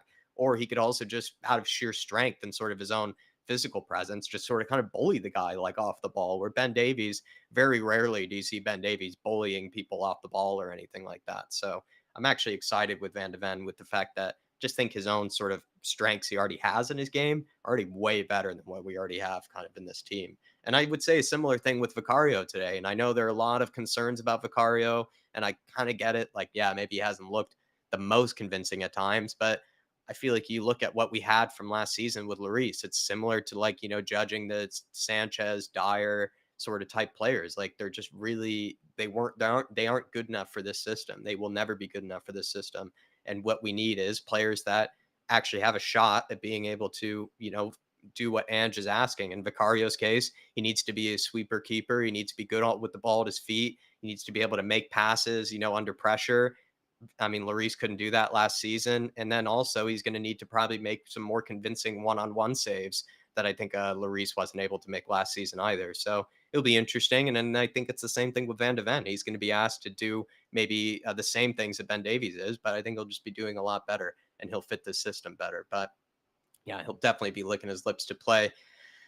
I'm trying to think, there is going to be a post match reaction later from us, but, if I'm going to Yep. look for some sort of kind of final thoughts, for everybody to think of, I would say maybe the wing backs or I guess now fullback situation is looking Mhm. solid. I actually thought Emerson and Udoji were some of the better players. Udoji didn't nearly play as far inside as I think Emerson As did, and Emerson he did. also played No, a more attacking role too. without a doubt. So Emerson is definitely there as defensive cover, although he's coming in. I mean, he's playing a CDM role as well as tracking back to cover the right side when in danger. But I guess we're confident enough in Romero to cover the ground on the right side defensively that Emerson can push up that way. So, Mhm, the fullback situation I think is one of the most interesting because that's where I have to figure out what's going on with Ange's system and how he mhm. plays these center backs because I haven't really seen that before. I haven't seen. You got to be real confident in your instructions to let your fullbacks have that much freedom to move around. So I'm very interested to see where that develops. Um, and as it always is, over these last couple of weeks, the big question is on Harry Kane. You know, as Leighton Netherlands said, he doesn't look like a guy who's played his last game. Clearly, there's goals for Harry Kane in this Mhm. system, without a doubt. Clearly. So, is he going to want to give that up right now? You know, if Has he that's, put the whole, does he fit the system to bed with a game like mhm, this, or should you say it's just preseason? I think we can see Yeah, how this team attacks, and we yeah, can see what the chances are. And I think it's nonsense. The whole, well, Harry Kane likes to drop back and he likes to play the De Bruyne role now, and he's not going to feel comfortable sitting up top. I think that's bull. I think it's bullocks, man. He is a striker at heart. He wants goals. He wants that golden boot. He can. He's that good enough player where he can drop back when he has to do the duties that he had to do when we lost Erickson. I yeah. don't think he's ever really wanted to fully be that person. He can drift out wide and put in a dime across field when he has to, but he wants to be up there getting the freaking goals, which is why he's there on the pitch, man. And I think he's going to be happy as a clam doing that. Yeah. Yeah. And as well, like you think about Harry Kane too, at least in my opinion, he's never been a guy that's, detracted from other people. Like he's always helped others when it comes to scoring too. I think what maybe the thought process was is that Harry Kane, isn't a guy that, he needs to, be involved in the play, like he needs to drop deep to sort of feel like, he can contribute, type of player. I just don't think Harry Kane is that sort of type of player where he just needs to be on the ball all the time. I think he just did it during the, Conte and Jose days because he was asked to, but also Yeah. because he needed to get us out of pressure at times. He needed to be the guy to sort of just make that pass that just all of a sudden opened up, a huge chance for us. But now with Ange, he doesn't need to necessarily do that as much. So he can play more as a conventional striker. And when you look at it today, his finishing alone, his positioning, everything about him, it's just class. He makes it look easy. He's a top striker, and he is not only one of the best sort of finishers in the world when it comes to these chances, he is one of the best creative strikers in the world, but he doesn't need to maybe be in that much of a creative role. But I still think if it were up to between him and Richarlison, Kane would still score 15, maybe 10 more goals than Richarlison would, I think, in this system. And I love Richie and I want Richie to succeed at Spurs because, I did buy a Richarlison kit. And so I'm very well invested into Richie, doing well here. But I just think Kane will thrive in this system if given the chance. Absolutely right. And any other players that maybe you would mention today, Nick, that stood out today, or anything else that you would say, maybe final So much points? happier of the Kulu we saw in the second half, man, True. because I really like the guy. I mean, I get emotionally attached to players. I like Kulu a lot, man. I like his interviews, man. Did you hear him talking about the how Denzel would be the guy he would choose to play him in a movie? Because Denzel is his favorite player. Then you know what? So it just to see him with more confidence and be able to come up with the ideas that we saw when we on the first Kulu we saw. You know, it's a little more creative and just not getting found out by doing the same thing, going all the way to the byline of the corner and then taking too much time getting doubled up or just constantly feeding off of his left and getting the ball taken away from him that way. You Hmm. know, so you know that gives me a lot of hope for him. And we know how good Madison is already. We already know it. He just has got to start feeling comfortable on the pitch with the rest of this team, and that's happening right now. We're Yeah, you're seeing it seeing right it. now. Yeah, Yeah. And he got that assist for Harry Kane, which we look to see more of. And also, I think part of the reason, even I think, because Dave mentioned this once, is that part of the reason maybe even Madison came here was because if he develops that relationship with Harry Kane, gives him a very good chance of getting into that England setup, being given more of a role and more of a chance of making an impact, in the next, I believe it is World Cup for you guys, but or is it Euros? I think it is Euros next. Big yeah. up though, everybody. I would say smash the like if you haven't already. There is a post match reaction going to be coming your way very soon. Massive, massive, massive thank you to Nick here. He's done a great service to us, everybody. Round of applause, round of happy claps for Nico. Thank you for having me, man. Thank you for putting up with the schmuck on the street report. Maybe you get a little bit more of that as the season goes on. And just happy to be here helping out you, Dave, man. You guys are like brothers. And I'm feeling I don't know, anxiously confident about what's going to happen in the coming weeks, man.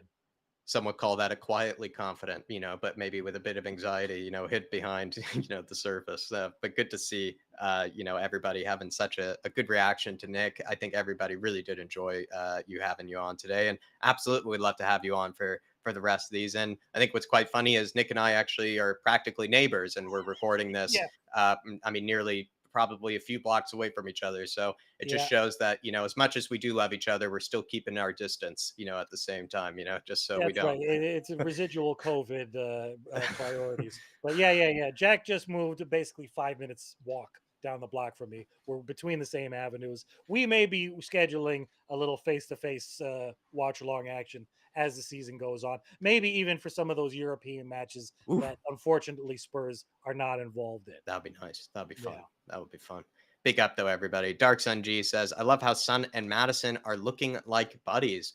I think like everybody's looking like buddies in this team Yeah, yeah, right yeah, now. yeah, Like yeah, I yeah. was saying earlier, Papa Matasar feels like the little brother of the whole team. Like everybody seems to love, just sort of pulling his arm, kind of messing with him, just sort of kind of giving him noogies and like stuff like that. He just seems to have, that sort of little brother type presence in the whole team. Sonny and Madison obviously have, I think Madison is just trying to make, inroads with everybody, and he's trying to Uh-huh. make, a good relationship with everybody, which is good to see. He's not just sort of kind of letting everybody come to him. He's trying to be friends with everybody else. Sonny, I would say, is probably the ambassador of the whole squad, kind of when it comes to be honest, he probably is the coolest guy in the team to a degree. I feel like Sonny, everybody wants to hang out with him. Seems like everybody wants to sort of kind of get a moment with him. He seems to be friends with every single person in the club, from the staff to the team to the manager. He's sort of, probably he's the guy that everybody wants to see happy, the guy that everybody wants to see smiling. But I'm not surprised Sonny and Madison are looking like good buddies. And if anything, I would say Sonny's sort of the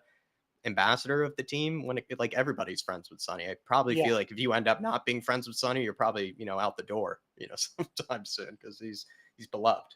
Where Sonny gets involved, as far as socially, Sonny gets involved. Hmm. Yeah, that's a good way to put it. Big up Dark Sun G though, my man. And hopefully you enjoyed that Sonny and Madison combination, as well as the Maddie and Harry Kane combination. Big up Peter M. Big up Nomad. Thank you as well to everybody who did support the channel throughout the show as well. I'm seeing Brandon Troller, Paul Markey, as well as Dermatron in the house, Welsh Gal, Adrian Chia. Thank you all today for as well supporting the channel. And I think we'll be seeing you, though, everybody. We'll be seeing you for the post match reaction. Some familiar faces will be on that one. and some more post-match content coming your way, Yeah, everybody. and just as we sign off, anybody get your post match reactions in, get them into Please. yeah. Don't forget, you want to take them on your cell phone, take them at home, take them on your laptop. Jack and Dave happy to post them. We want to get everybody else's thoughts on the new signings and the old blood. How did they do? Who needs to just never be on the pitch again? Who do we need to see more of? Absolutely. Absolutely. Everybody, also, as well, if you are a member, fantasy is coming up next week. Please sign up. There is a link in your community section. If you look out for all you members, everybody who is an elite member, please send in your post match fan cams. Would love to see what you guys have to say. So many of you guys I know probably have something to say after this match, especially if you got to catch it, and some plenty of other stuff coming your way for this week. Also, fan show tomorrow, by the way, as well, in case you want to come on and talk about it then before the big week ahead. Some big predictions we got to make, but Hmm. we'll be seeing you, everybody. Come on, you Spurs. Big Come on, you Ange. Spurs. Big Ange. We